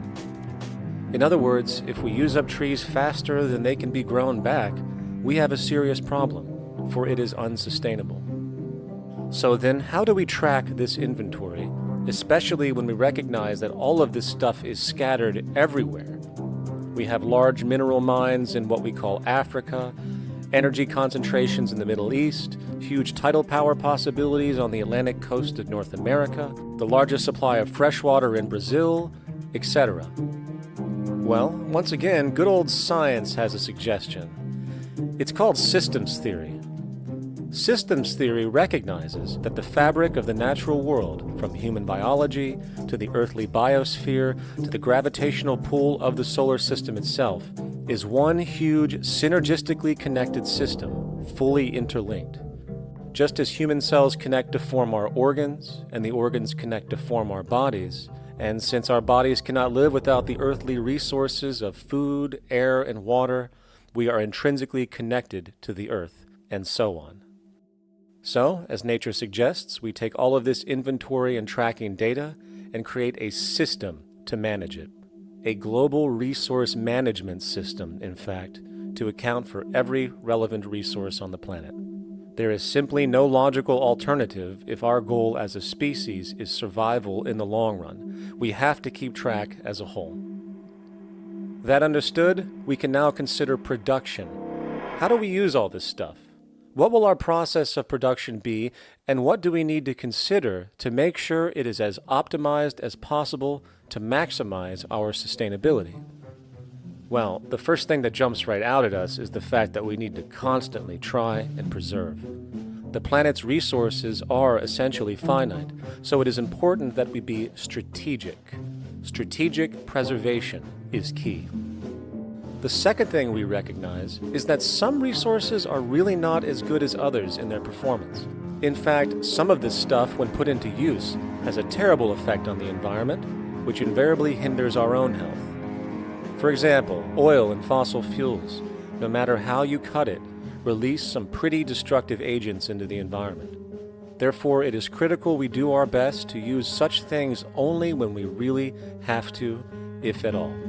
Fortunately for us, we see a ton of solar, wind, tidal, wave, heat differential, and geothermal possibilities for energy production, so we can strategize objectively about what we use and where to avoid what could be called negative retroactions, or anything that results from production or use that damages the environment and hence ourselves.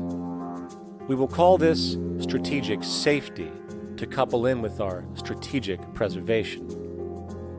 But production strategies do not stop there. We are going to need an efficiency strategy for the actual mechanics of production itself. And what we find is that there are roughly 3 specific protocols we must adhere to. 1. Every good we produce must be designed to last as long as possible. Naturally, the more things break down, the more resources we are going to need to replace them, and the more waste produced. 2. When things do break down or are no longer usable for whatever reason, it is critical that we harvest or recycle as much as we possibly can. So the production design must take this into account directly at the very earliest stages. 3. Quickly evolving technologies, such as electronics, which are subject to the fastest rates of technological obsolescence, would need to be designed to foreshadow and accommodate physical updates. The last thing we want to do is throw away an entire computer system just because it has only one broken part or is outdated. So we simply design the components to be easily updated, part by part, standardized and universally interchangeable, foreshadowed by the current trend of technological change. And when we realize that the mechanisms of strategic preservation, strategic safety, and strategic efficiency are purely technical considerations, devoid of any human opinion or bias, we simply program these strategies into a computer which can weigh and calculate all the relevant variables, allowing us to always arrive at the absolute best method for sustainable production based on current understandings. And while that might sound complex, all it is a glorified calculator. Not to mention such multivariate decision-making and monitoring systems are already used across the world today for isolated purposes. It is simply a process of scaling it out. So, now we not only have our resource management system, but also a production management system, both of which are easily computer automated to maximize efficiency, preservation, and safety. The informational reality is that the human mind, or even a group of humans, cannot track what needs to be tracked. It must be done by computers, and it can be. And this brings us to the next level, distribution. What sustainability strategies make sense here? Well, since we know that the shortest distance between 2 points is a straight line, and since energy is required to power transport machines, the less transport distance, the more efficient. Producing goods in one continent and shipping them over to another only makes sense if the goods in question simply cannot be produced in the target area. Otherwise, it is nothing but wasteful. We must localize production so distribution is simple, fast, and requires the least amount of energy. We'll call this the proximity strategy, which simply means we reduce the travel of goods as much as possible, whether raw materials or finished consumer products. Of course, it might also be important to know what goods we are transporting and why, and this falls under the category of demand. And demand is simply what people need to be healthy and to have a high quality of life. The spectrum of material human needs range from core life-supporting necessities, such as food, clean water, shelter, to social and recreational goods, which allow for relaxation and personal social enjoyment, both important factors in human and social health overall. So, very simply, we take another survey. People describe their needs. Demand is assessed, and production begins based on that demand. And since the level of demand of different goods will naturally fluctuate and change around different regions, we need to create a demand distribution tracking system, so to avoid overruns and shortages. Of course, this idea is old news. It is used in every major store chain today to make sure they keep up with their inventory. Only this time we are tracking on a global scale. But, wait a minute, we really can't fully understand demand if we don't account for the actual usage of the good itself. Is it logical and sustainable for every single human to, say, have one of everything made, regardless of their usage? No, that would be simply wasteful and inefficient. If a person has a need for a good, but that need is only for, say, 45 minutes a day on average, it would be much more efficient if that good was made available to them and to others when needed. Many forget that it isn't the good that they want, it is the purpose of that good. When we realize that the good itself is only as important as its utility, we see that external restriction, or what we might call today ownership, is extremely wasteful and environmentally illogical in a fundamental economic sense. So, we need to devise a strategy called strategic access.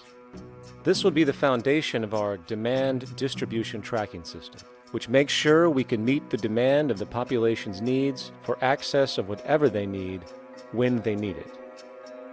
And as far as physically obtaining the goods, centralized and regional access centers all make sense for the most part, placed in close proximity to the population, and a person would simply come in, take the item, use it, and when finished, return it when it is no longer needed. Sort of how a library works today. In fact, these centers could not only exist in the community in the way we see local stores today, but specialized access centers would exist in specific areas where often certain goods are utilized, saving more energy with less repeat transport. And once this demand tracking system is in order, it is tied into our production management system, and of course into our resource management system, hence creating a unified, dynamically updating, global economic management machine that simply makes sure we remain sustainable, starting with securing the integrity of our finite resources, moving to make sure we only create the best, most strategic goods possible, while distributing everything in the most intelligent and efficient way. And the unique result of this preservation-based approach, which is intuitively counter to many, is that this logical, ground-up, empirical process of preservation and efficiency, which can only define true human sustainability on this planet, would likely enable something never before seen in human history. Access abundance, not just for a percentage of the global population, but the entire civilization. This economic model, as was just generalized, this responsible systems approach to total Earth resource management and processes, designed again to do nothing less than take care of humanity as a whole in the most efficient and sustainable way, could be termed a resource-based economy.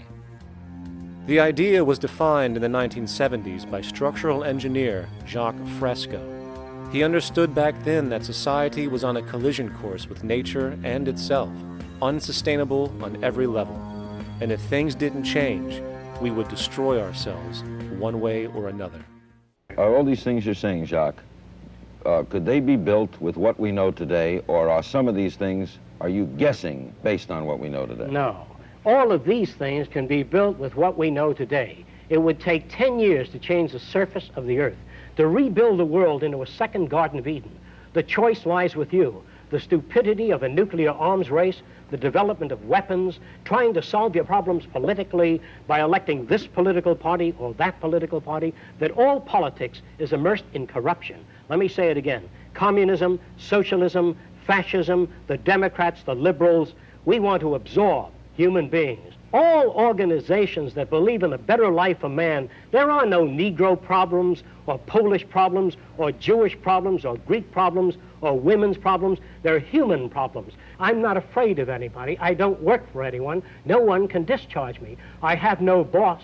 I am afraid to live in the society we live in today. Our society cannot be maintained by this type of incompetency. It was great, the free enterprise system, about 35 years ago. That was the last of its usefulness. Now we've got to change our way of thinking or perish. The horror movies of the future will be our society, the way it didn't work. And politics would be part of a horror movie. Lots of people today use the term cold science because they're analytical. And they don't even know what analytical means. Science means closer approximations of the way the world really works. So it's telling the truth, is what it is. A scientist doesn't try to get along with people. They tell them what their findings are. They have to question all things. And if some scientist comes up with an experiment that shows certain materials have certain strength, other scientists have to be able to duplicate that experiment and come up with the same results. Even if a scientist feels that an airplane wing, due to mathematics or calculations, can hold up a given amount of weight, they still pile sandbags on it to see when it breaks. And they say, you know, my calculations are right, or they're not correct. I love that system because it's free of bias and free of thinking that math can solve all the problems. You have to put your math to test also. I think that every system that can be put to test should be put to test, and that all decisions should be based upon research. A resource-based economy is simply the scientific method applied to social concern, an approach utterly absent in the world today. Society is a technical invention, and the most efficient methods of optimized human health, physical production, distribution, city infrastructure, and the like reside in the field of science and technology, not politics or monetary economics.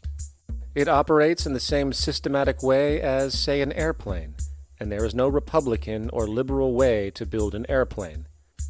Likewise, nature itself is the physical referent we use to prove our science, and it is a set system, emerging only from our increased understanding of it.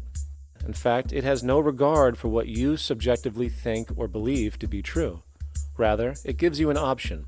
You can learn and fall in line with its natural laws and conduct yourself accordingly, invariably creating good health and sustainability, or you can go against the current to no avail.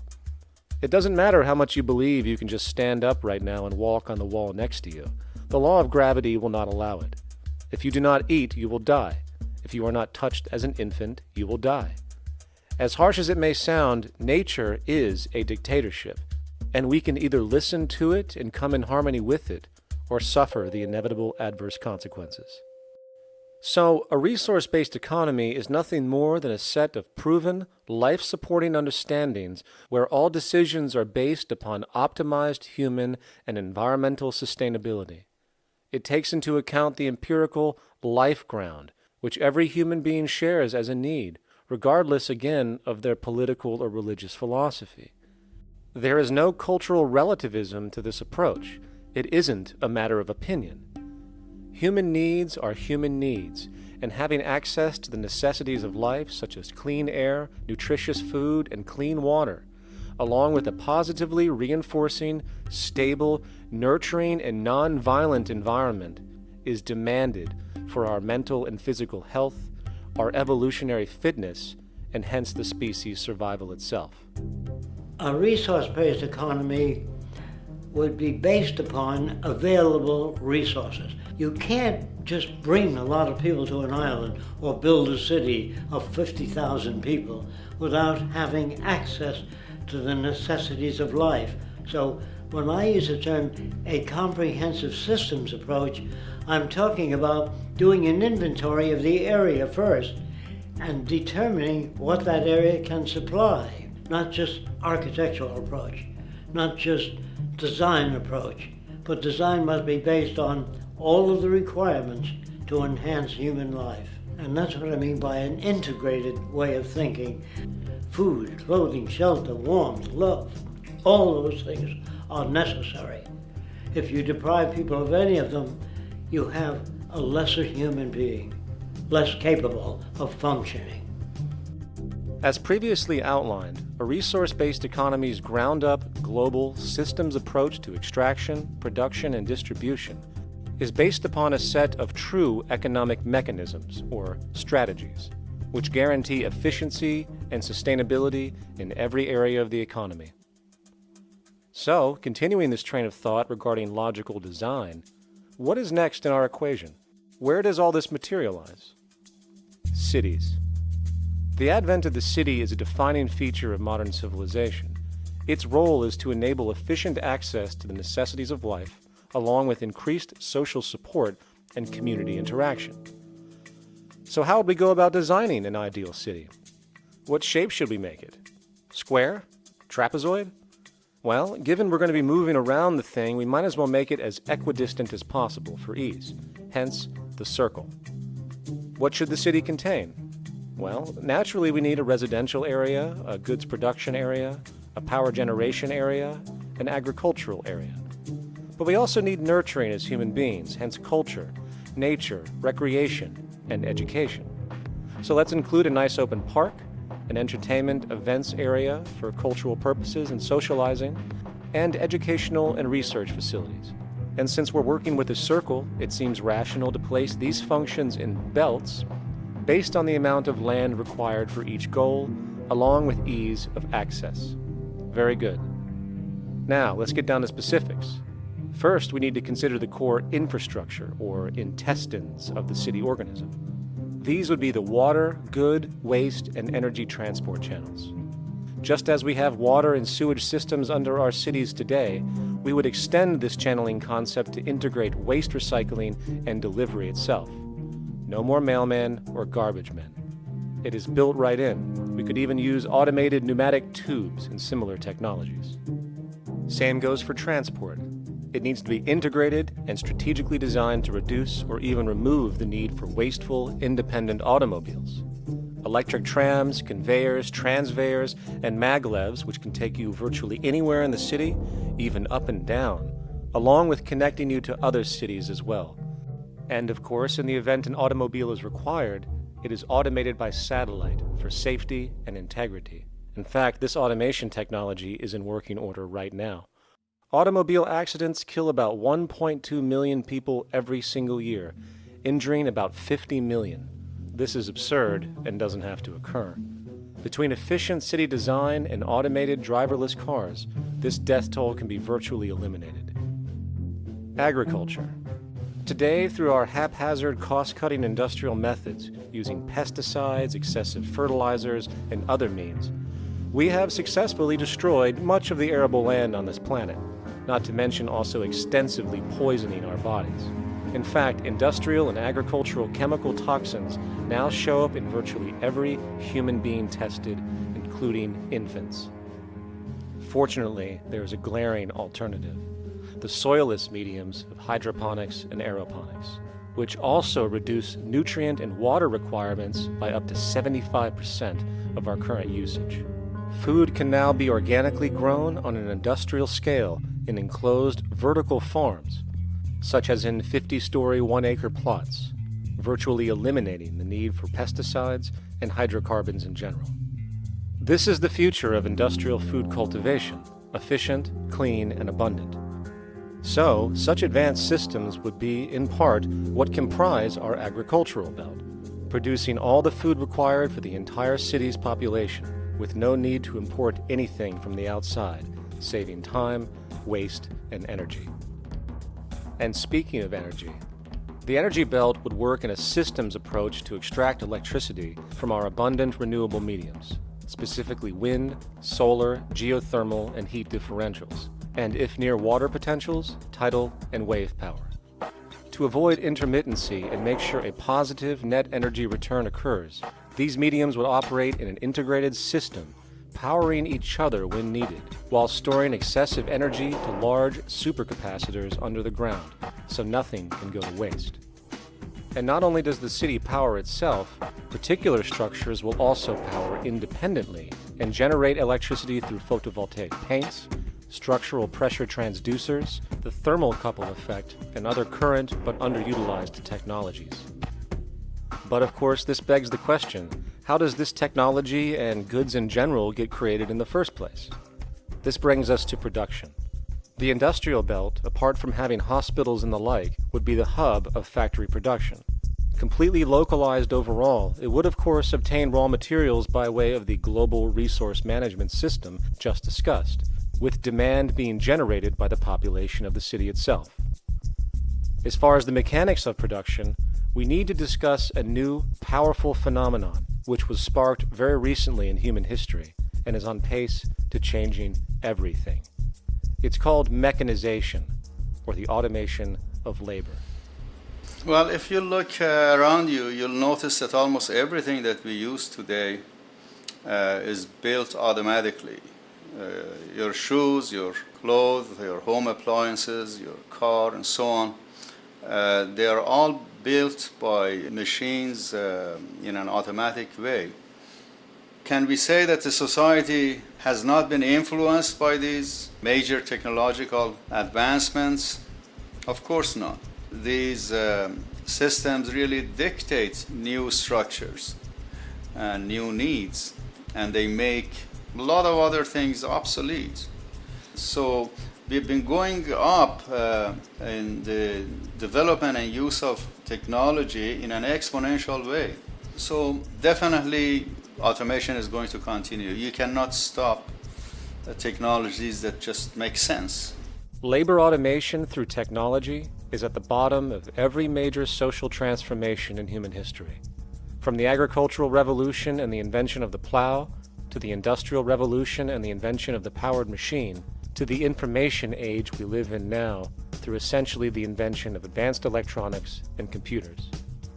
And with regard to advanced production methods today, mechanization is now evolving on its own, moving away from the traditional method of assembling component parts into a configuration into an advanced method of creating entire products in one single process.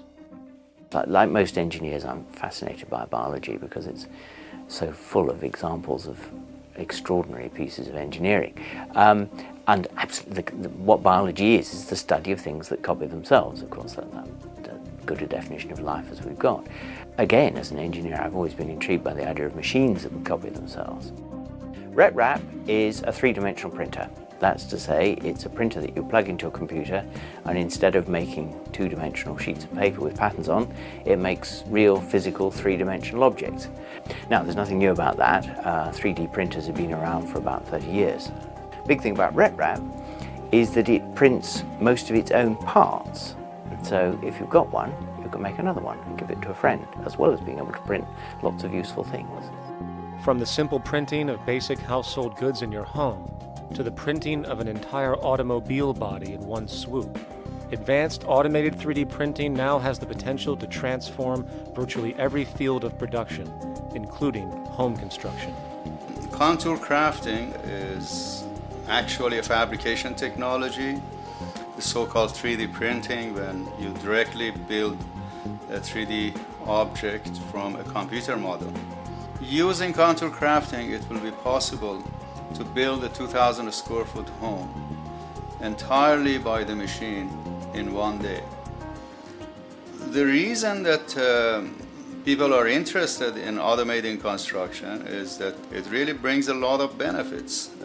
For example, construction is pretty labor intensive, and although it provides job for a sector of the society, it also has issues and complications. For example, construction is the most dangerous job that there is. It is worse than mining and agriculture. It has got the highest level of fatality almost in every country. Another issue is the waste. An average home in the United States has 3 to 7 tons of waste. So this is huge if we look at the impact of construction and knowing that about 40% of all materials in the world are used in construction. So big waste of energy and resources and big damage to the environment as well. Making homes using hammers and nails and wood with the state-of-art technology today is really absurd and will go the way of our labor class in regards to manufacturing in the United States. Recently, there was a study by economist David Autor of MIT that states that our middle class is obsolete and being replaced by automation.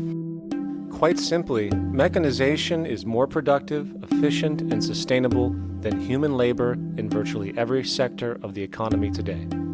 Machines do not need vacations, breaks, insurance, pensions, and they can work 24 hours a day every day. The output potential and accuracy compared to human labor is unmatched.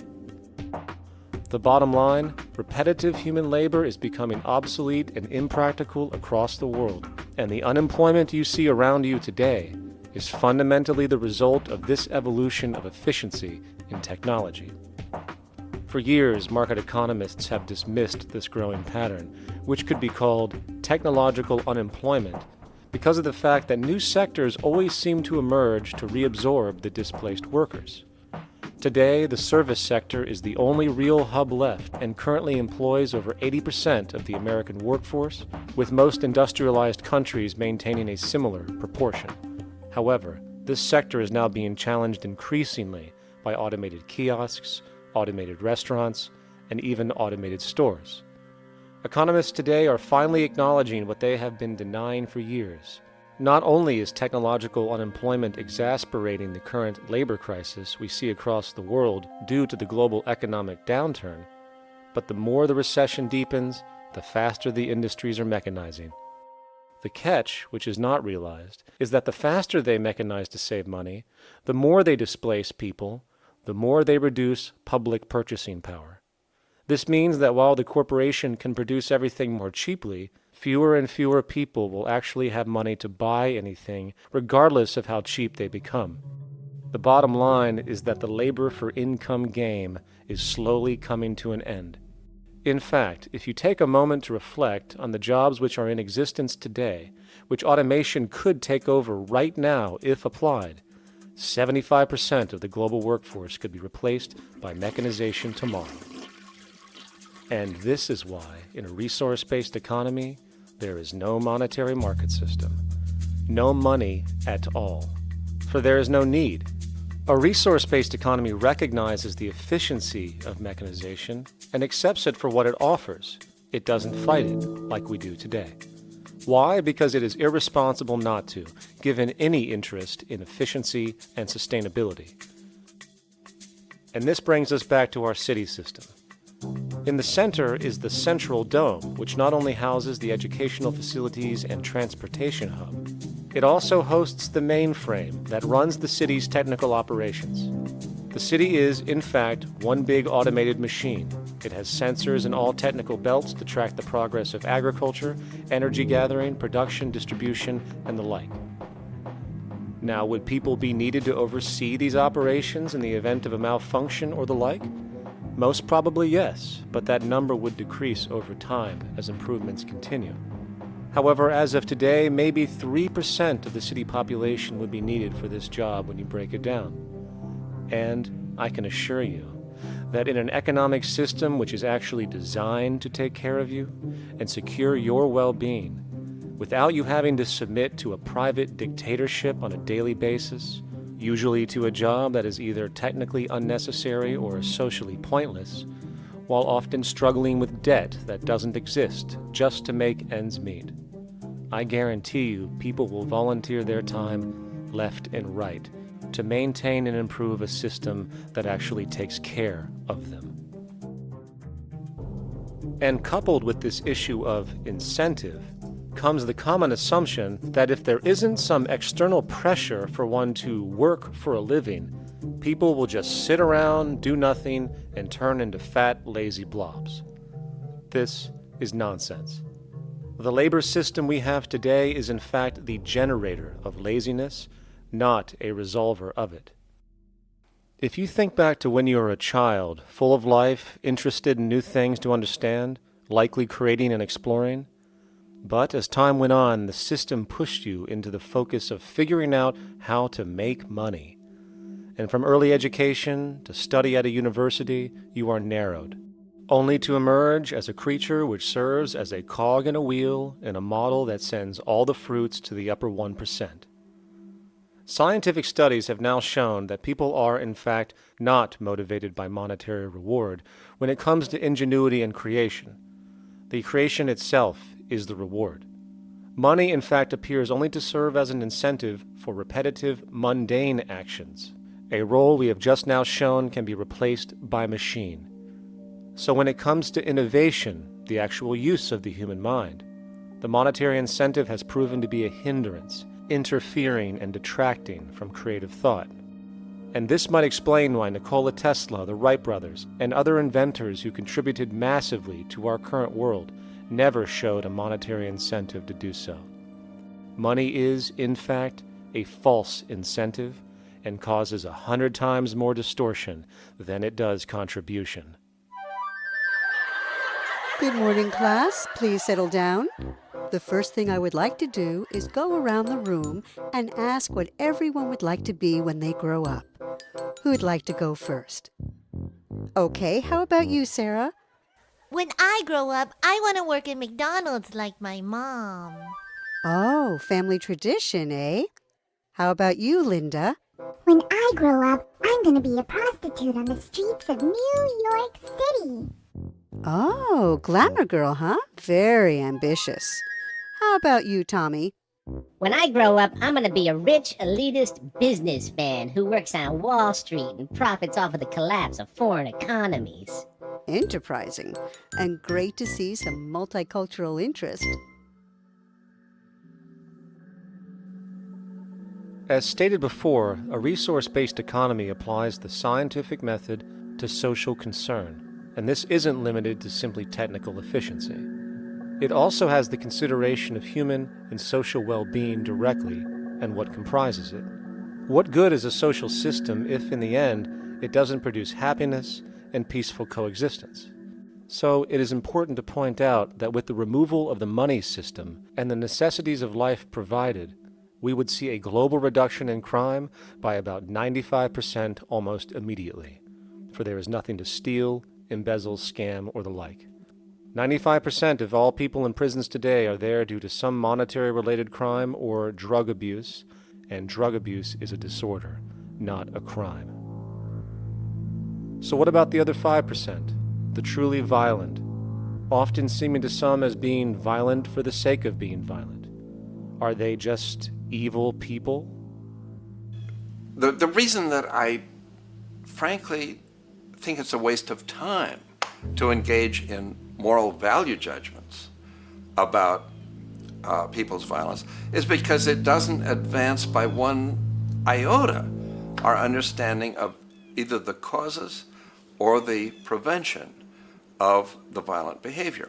People sometimes ask if I believe in forgiving criminals. My answer to that is, no, I don't believe in forgiveness any more than I believe in condemnation. It's only if we as a society can take the same attitude of treating violence as a problem in public health and preventive medicine rather than as a moral evil.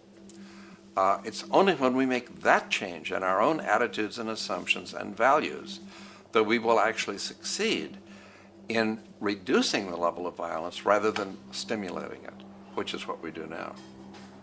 The more justice you seek, the more hurt you become, because there's no such thing as justice. There is whatever there is out there.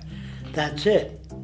In other words, if people are conditioned to be racist and bigots, if they're brought up in an environment that advocates that, why do you blame the person for it? They're a victim of a subculture. Therefore, they have to be helped. The point is, we have to redesign the environment that produces aberrant behavior, That's the problem, not putting a person in jail. That's why judges, lawyers, freedom of choice, such concepts are dangerous because it gives you misinformation that the person is bad or that person is a serial killer.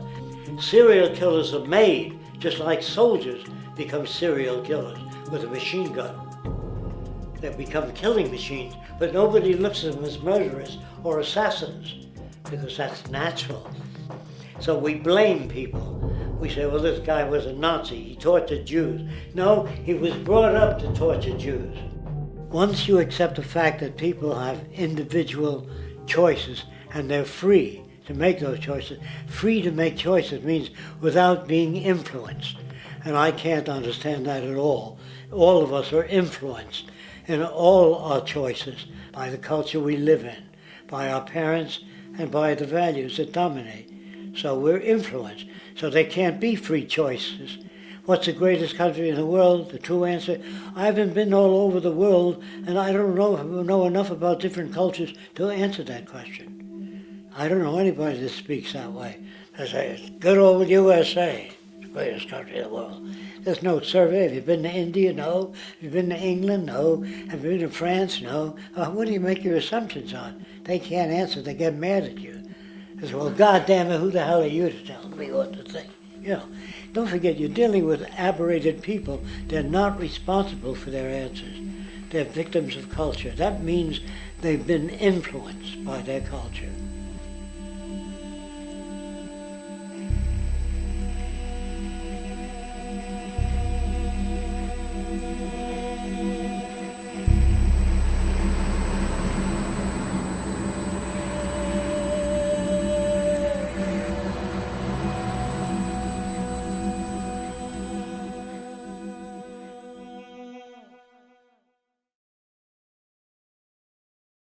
When we consider a resource-based economy, there are often a number of arguments that tend to come up with regard to the efficiency. Now hold on just a minute. Yes?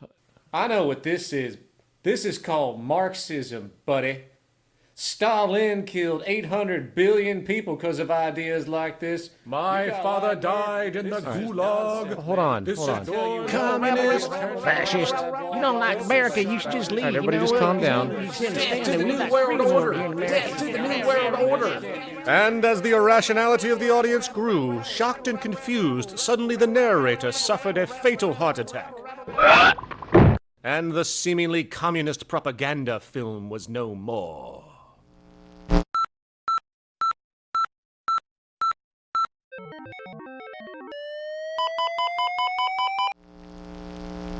You know, I've said that sort of thing to people in think tank type of situations, and you know, these Club of Rome types and so forth.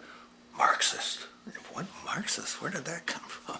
You know, they got this icon they hold on to as their holy grail, and it's such an easy one. You know, people ask if I'm a socialist or a communist or a capitalist, and I say I'm none of the above. And why do you think that those are the only options?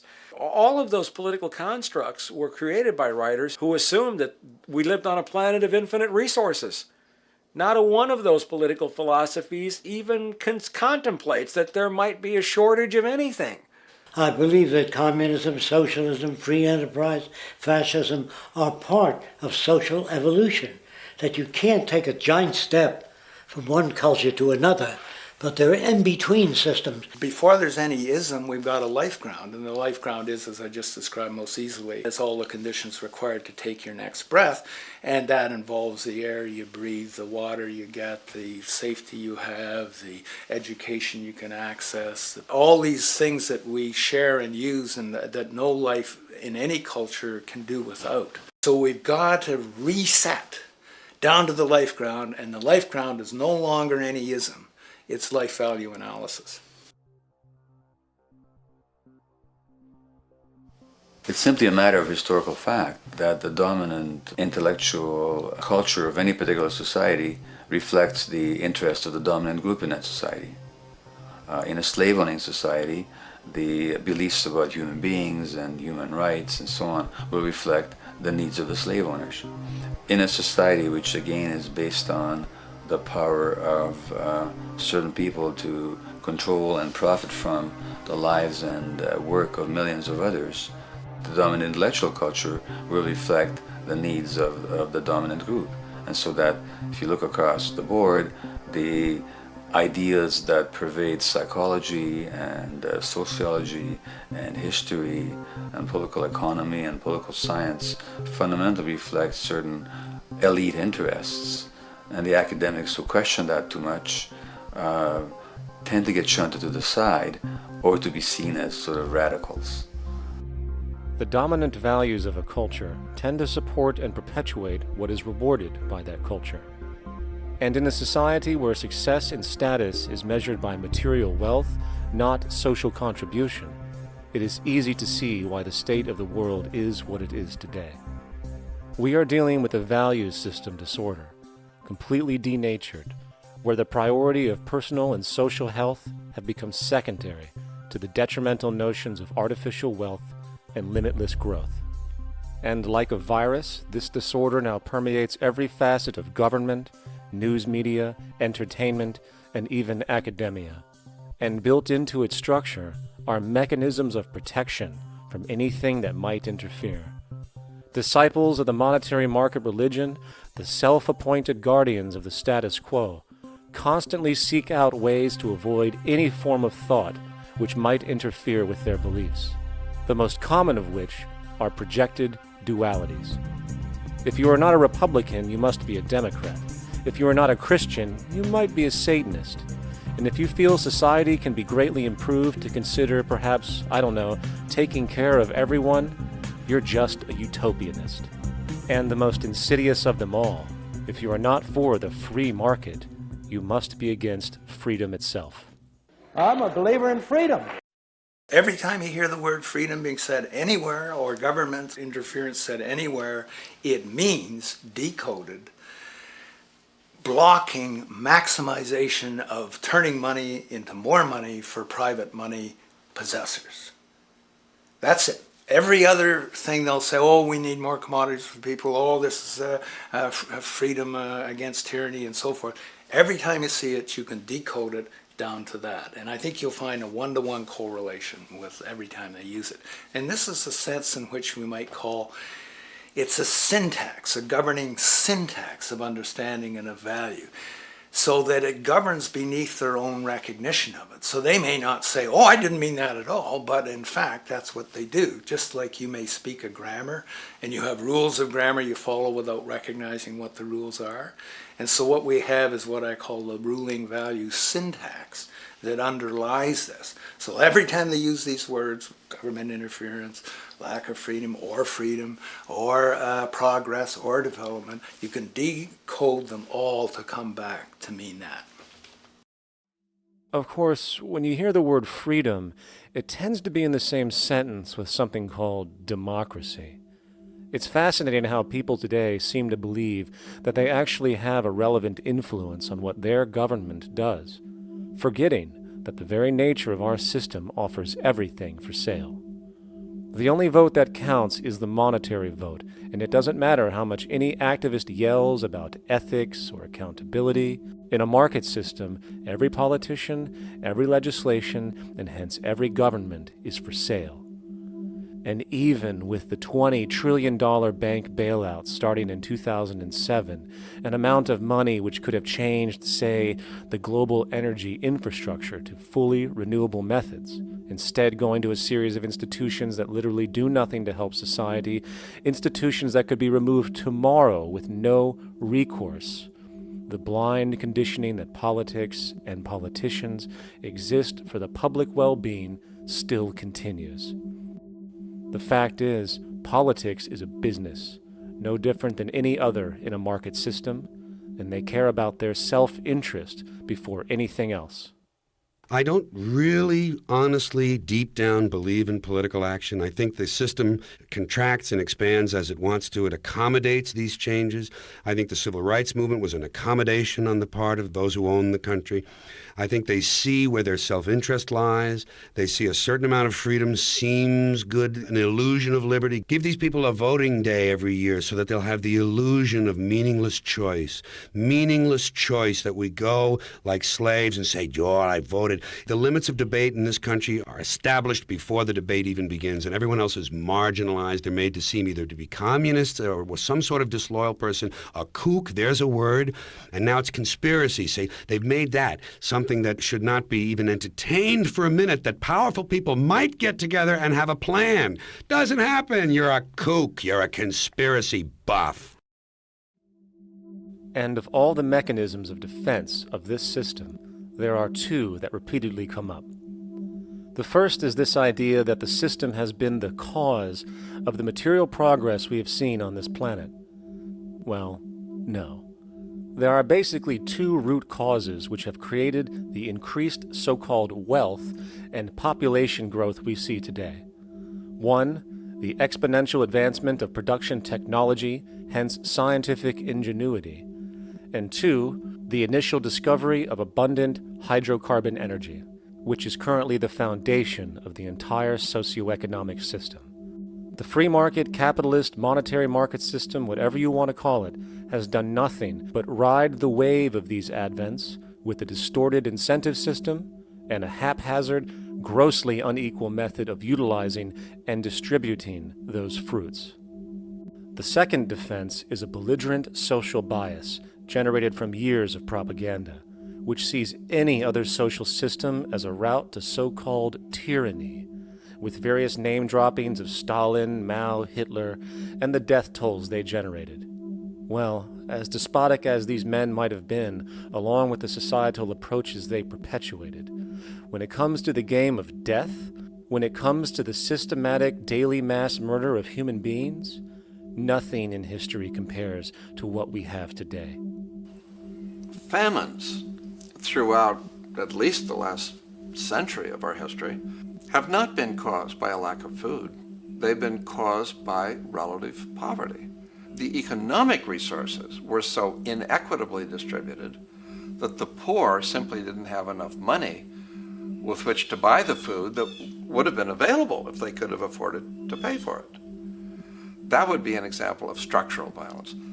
Another example, in Africa and some other areas, but I'll particularly focus on Africa, tens of millions of people are dying of AIDS. Why are they dying? It's not because we don't know how to treat AIDS. We have, millions of people in the wealthy countries are getting along remarkably well because they have the medicines that will treat it. The people in Africa who are dying of AIDS are not dying because of the HIV virus. They're dying because they don't have the money with which to pay for the drugs that would keep them alive. Gandhi saw this. He said the deadliest form of violence is poverty. And that's absolutely right. Poverty kills far more people than all the wars in history, more people than all the murderers in history, more than all the suicides in history. Not only does structural violence kill more people than all the behavioral violence put together, structural violence is also the main cause of behavioral violence.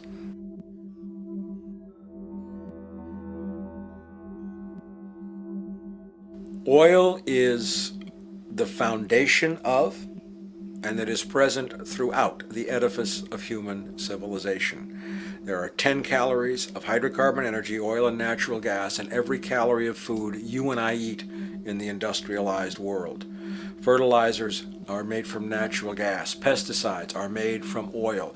You drive oil-powered machines to plant, plow, irrigate, harvest, transport, package. You wrap the food in plastic, that's oil. All plastic is oil. There are 7 gallons of oil in every tire. Oil is everywhere. It's ubiquitous. And it's only because of oil that there are 7 billion people, or almost 7 billion people on this planet right now. The arrival of this cheap, easy energy, which is equivalent, by the way, to billions of slaves working around the clock, changed the world in such a radical way over the last century, and the population has gone up 10 times. But by 2050, oil supply is able to support less than half the present world's population in their present way of life. So the scale of adjustment to live differently is just enormous. The world is now using 6 barrels of oil for every barrel it finds. 5 years ago, it was using 4 barrels of oil for every barrel it finds. A year from now, it's going to be using 8 barrels of oil for every barrel it finds. What's disturbing to me is the lack of any real effort from governments worldwide or industry leaders worldwide to do something different. I mean, we have these sort of attempts to build more wind power and to maybe do something with tide.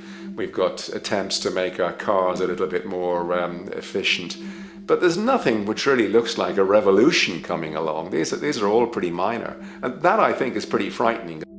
And the governments who are driven by these economists who don't really appreciate what we're talking about are trying to stimulate consumerism to restore past prosperity in the hope that they can restore the past. They're printing yet more money lacking any collateral at all. So if the economy improves and recovers and growth, the famous growth comes back, it'll only be short-lived because within a short period of time, counted in months rather than years, it'll hit the supply barrier again.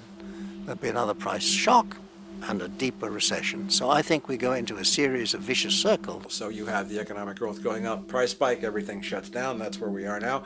Then it starts to come up again. But what we have now is this area where there's no more ability to produce cheap energy. We're at the peak. We're on the downslope of oil production. No way you're going to get any more out of the ground any faster, which means that things shut down. The price of oil drops, which it did in early 2009, but then as you have an ersatz so-called recovery, the price of oil starts to come back. It's recently been hovering around $80 a barrel, and what we see is at $80 a barrel now, with the economic and financial collapse, people are having a hard time affording that. World oil production right now is about 86 million barrels a day. Over 10 years, you're looking at roughly 40 million barrels a day having to be replaced. There's nothing around which can come even within 1% of meeting that sort of demand. If we don't do something pretty quickly, there's going to be a huge energy deficiency. I think the big mistake is in not recognizing a decade or so ago that a concerted effort needed to be made to develop these sustainable forms of energy. I think that's something our grandchildren will look back on with total disbelief. You people knew that you were dealing with a finite commodity. How could you possibly have built your economy around something which was going to disappear? For the first time in human history, the species is now faced with the depletion of a core resource central to our current system of survival. And the punchline of the whole thing is that even with oil becoming more and more scarce, the economic system will still blindly push its cancerous growth model, so people can go out and buy more oil-powered cars to generate GDP and jobs, exacerbating the decline. Are there solutions to replace the edifice of the hydrocarbon economy? Of course. But the path needed to accomplish these changes will not manifest through the market system protocols required, since new solutions can only be implemented through the profit mechanism. People are not investing in renewable energies because there is no money in it in both the long and short term, and the commitment needed to make it happen can only occur at a severe financial loss. Hence, there is no monetary incentive, and in this system, if there's no monetary incentive, things do not happen. And on top of it all, peak oil is just one of many surfacing consequences of the environmental social train wreck gaining speed today. Other declines include freshwater, the very fabric of our existence, which is currently showing shortages for 2.8 billion people, and those shortages are on pace to reach 4 billion by 2030. Food production, the destruction of arable cropland, from which 99.7% of all human food comes from today, is occurring up to 40 times faster than it is being replenished. And over the last 40 years, 30% of the arable land has become unproductive. not to mention that hydrocarbons are the backbone of agriculture today, and as it declines, so will the food supply. As far as resources in general, at our current patterns of consumption, by 2030 we will need 2 planets to continue our rates, not to mention the continual destruction of life-supporting biodiversity, causing extinction spasms and environmental destabilization across the globe. And with all of these declines, we have the near exponential population growth, where by 2030 there might be over 8 billion people on this planet. Energy production alone would need to increase 44% by 2030 to meet such demand. And again, since money is the only initiator of action, are we to expect that any country on the planet is going to be able to afford the massive changes needed to revolutionize agriculture, water processing, energy production, and the like, when the global debt pyramid scheme is slowly shutting the entire world down?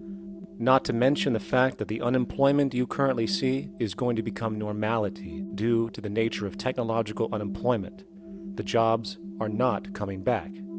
And finally, a broad social perspective.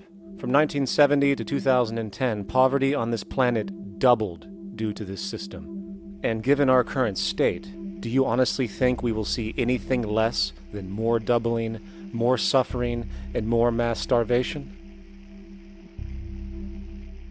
There is not going to be any recovery. This is not some long depression that we're someday going to pull out of.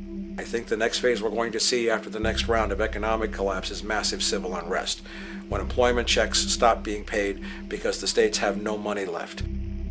And when things get so bad that people lose confidence in their elected leaders, they will demand change if we don't kill each other in the process or destroy the environment.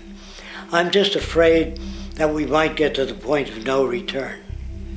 And that bothers me no end. We do all we can to avoid that condition. It's clear that we're on the verge of a great transition in human life. What we face now is this fundamental change of the life we've known over the last century. There has to be a link between the economy and the resources of this planet, the resources being, of course, all animal and plant life, the health of the oceans and everything else. This is a monetary paradigm that will not let go until it's killed the last human being. The in-group will do all it can to stay in power. And that's what you got to keep in mind. They'll use the Army and Navy and lies or whatever they have to use to keep in power. They're not about to give it up because they don't know of any other system that will perpetuate their kind.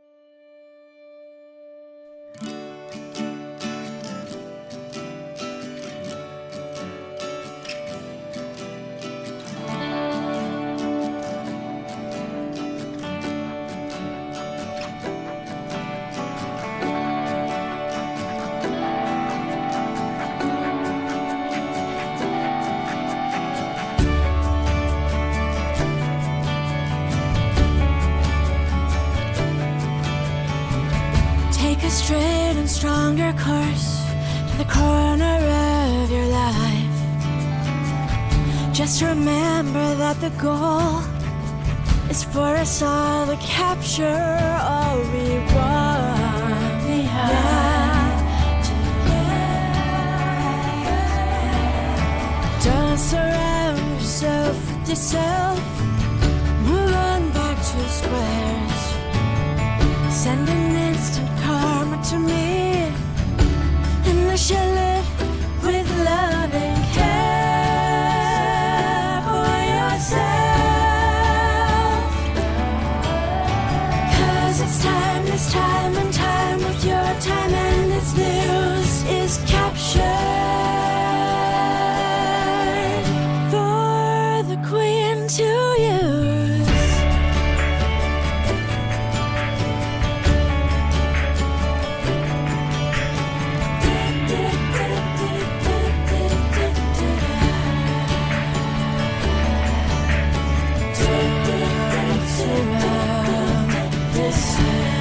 With yourself, dance around yourself.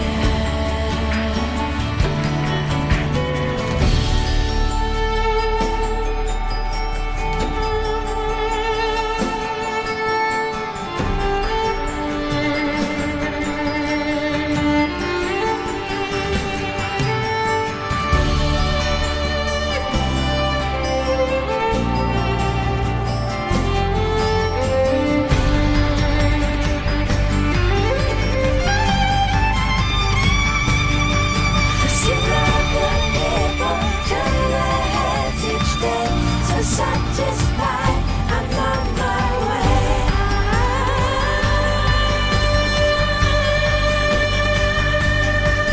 See all the people turn their heads each day. So satisfied, I'm on my way.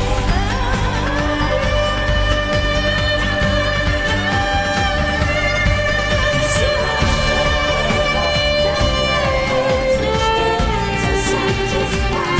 the people turn their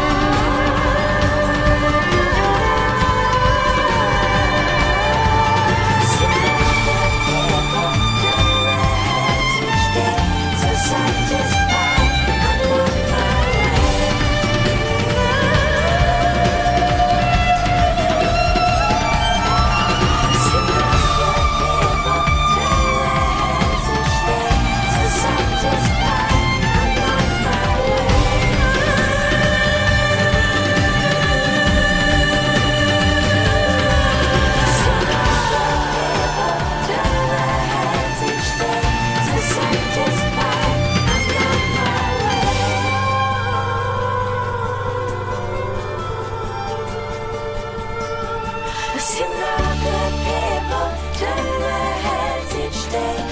Satisfied, I'm on my way.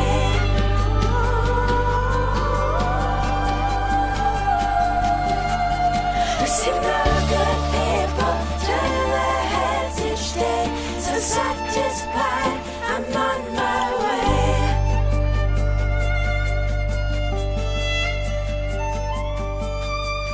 See the good people turn their heads each day. So satisfied, I'm on my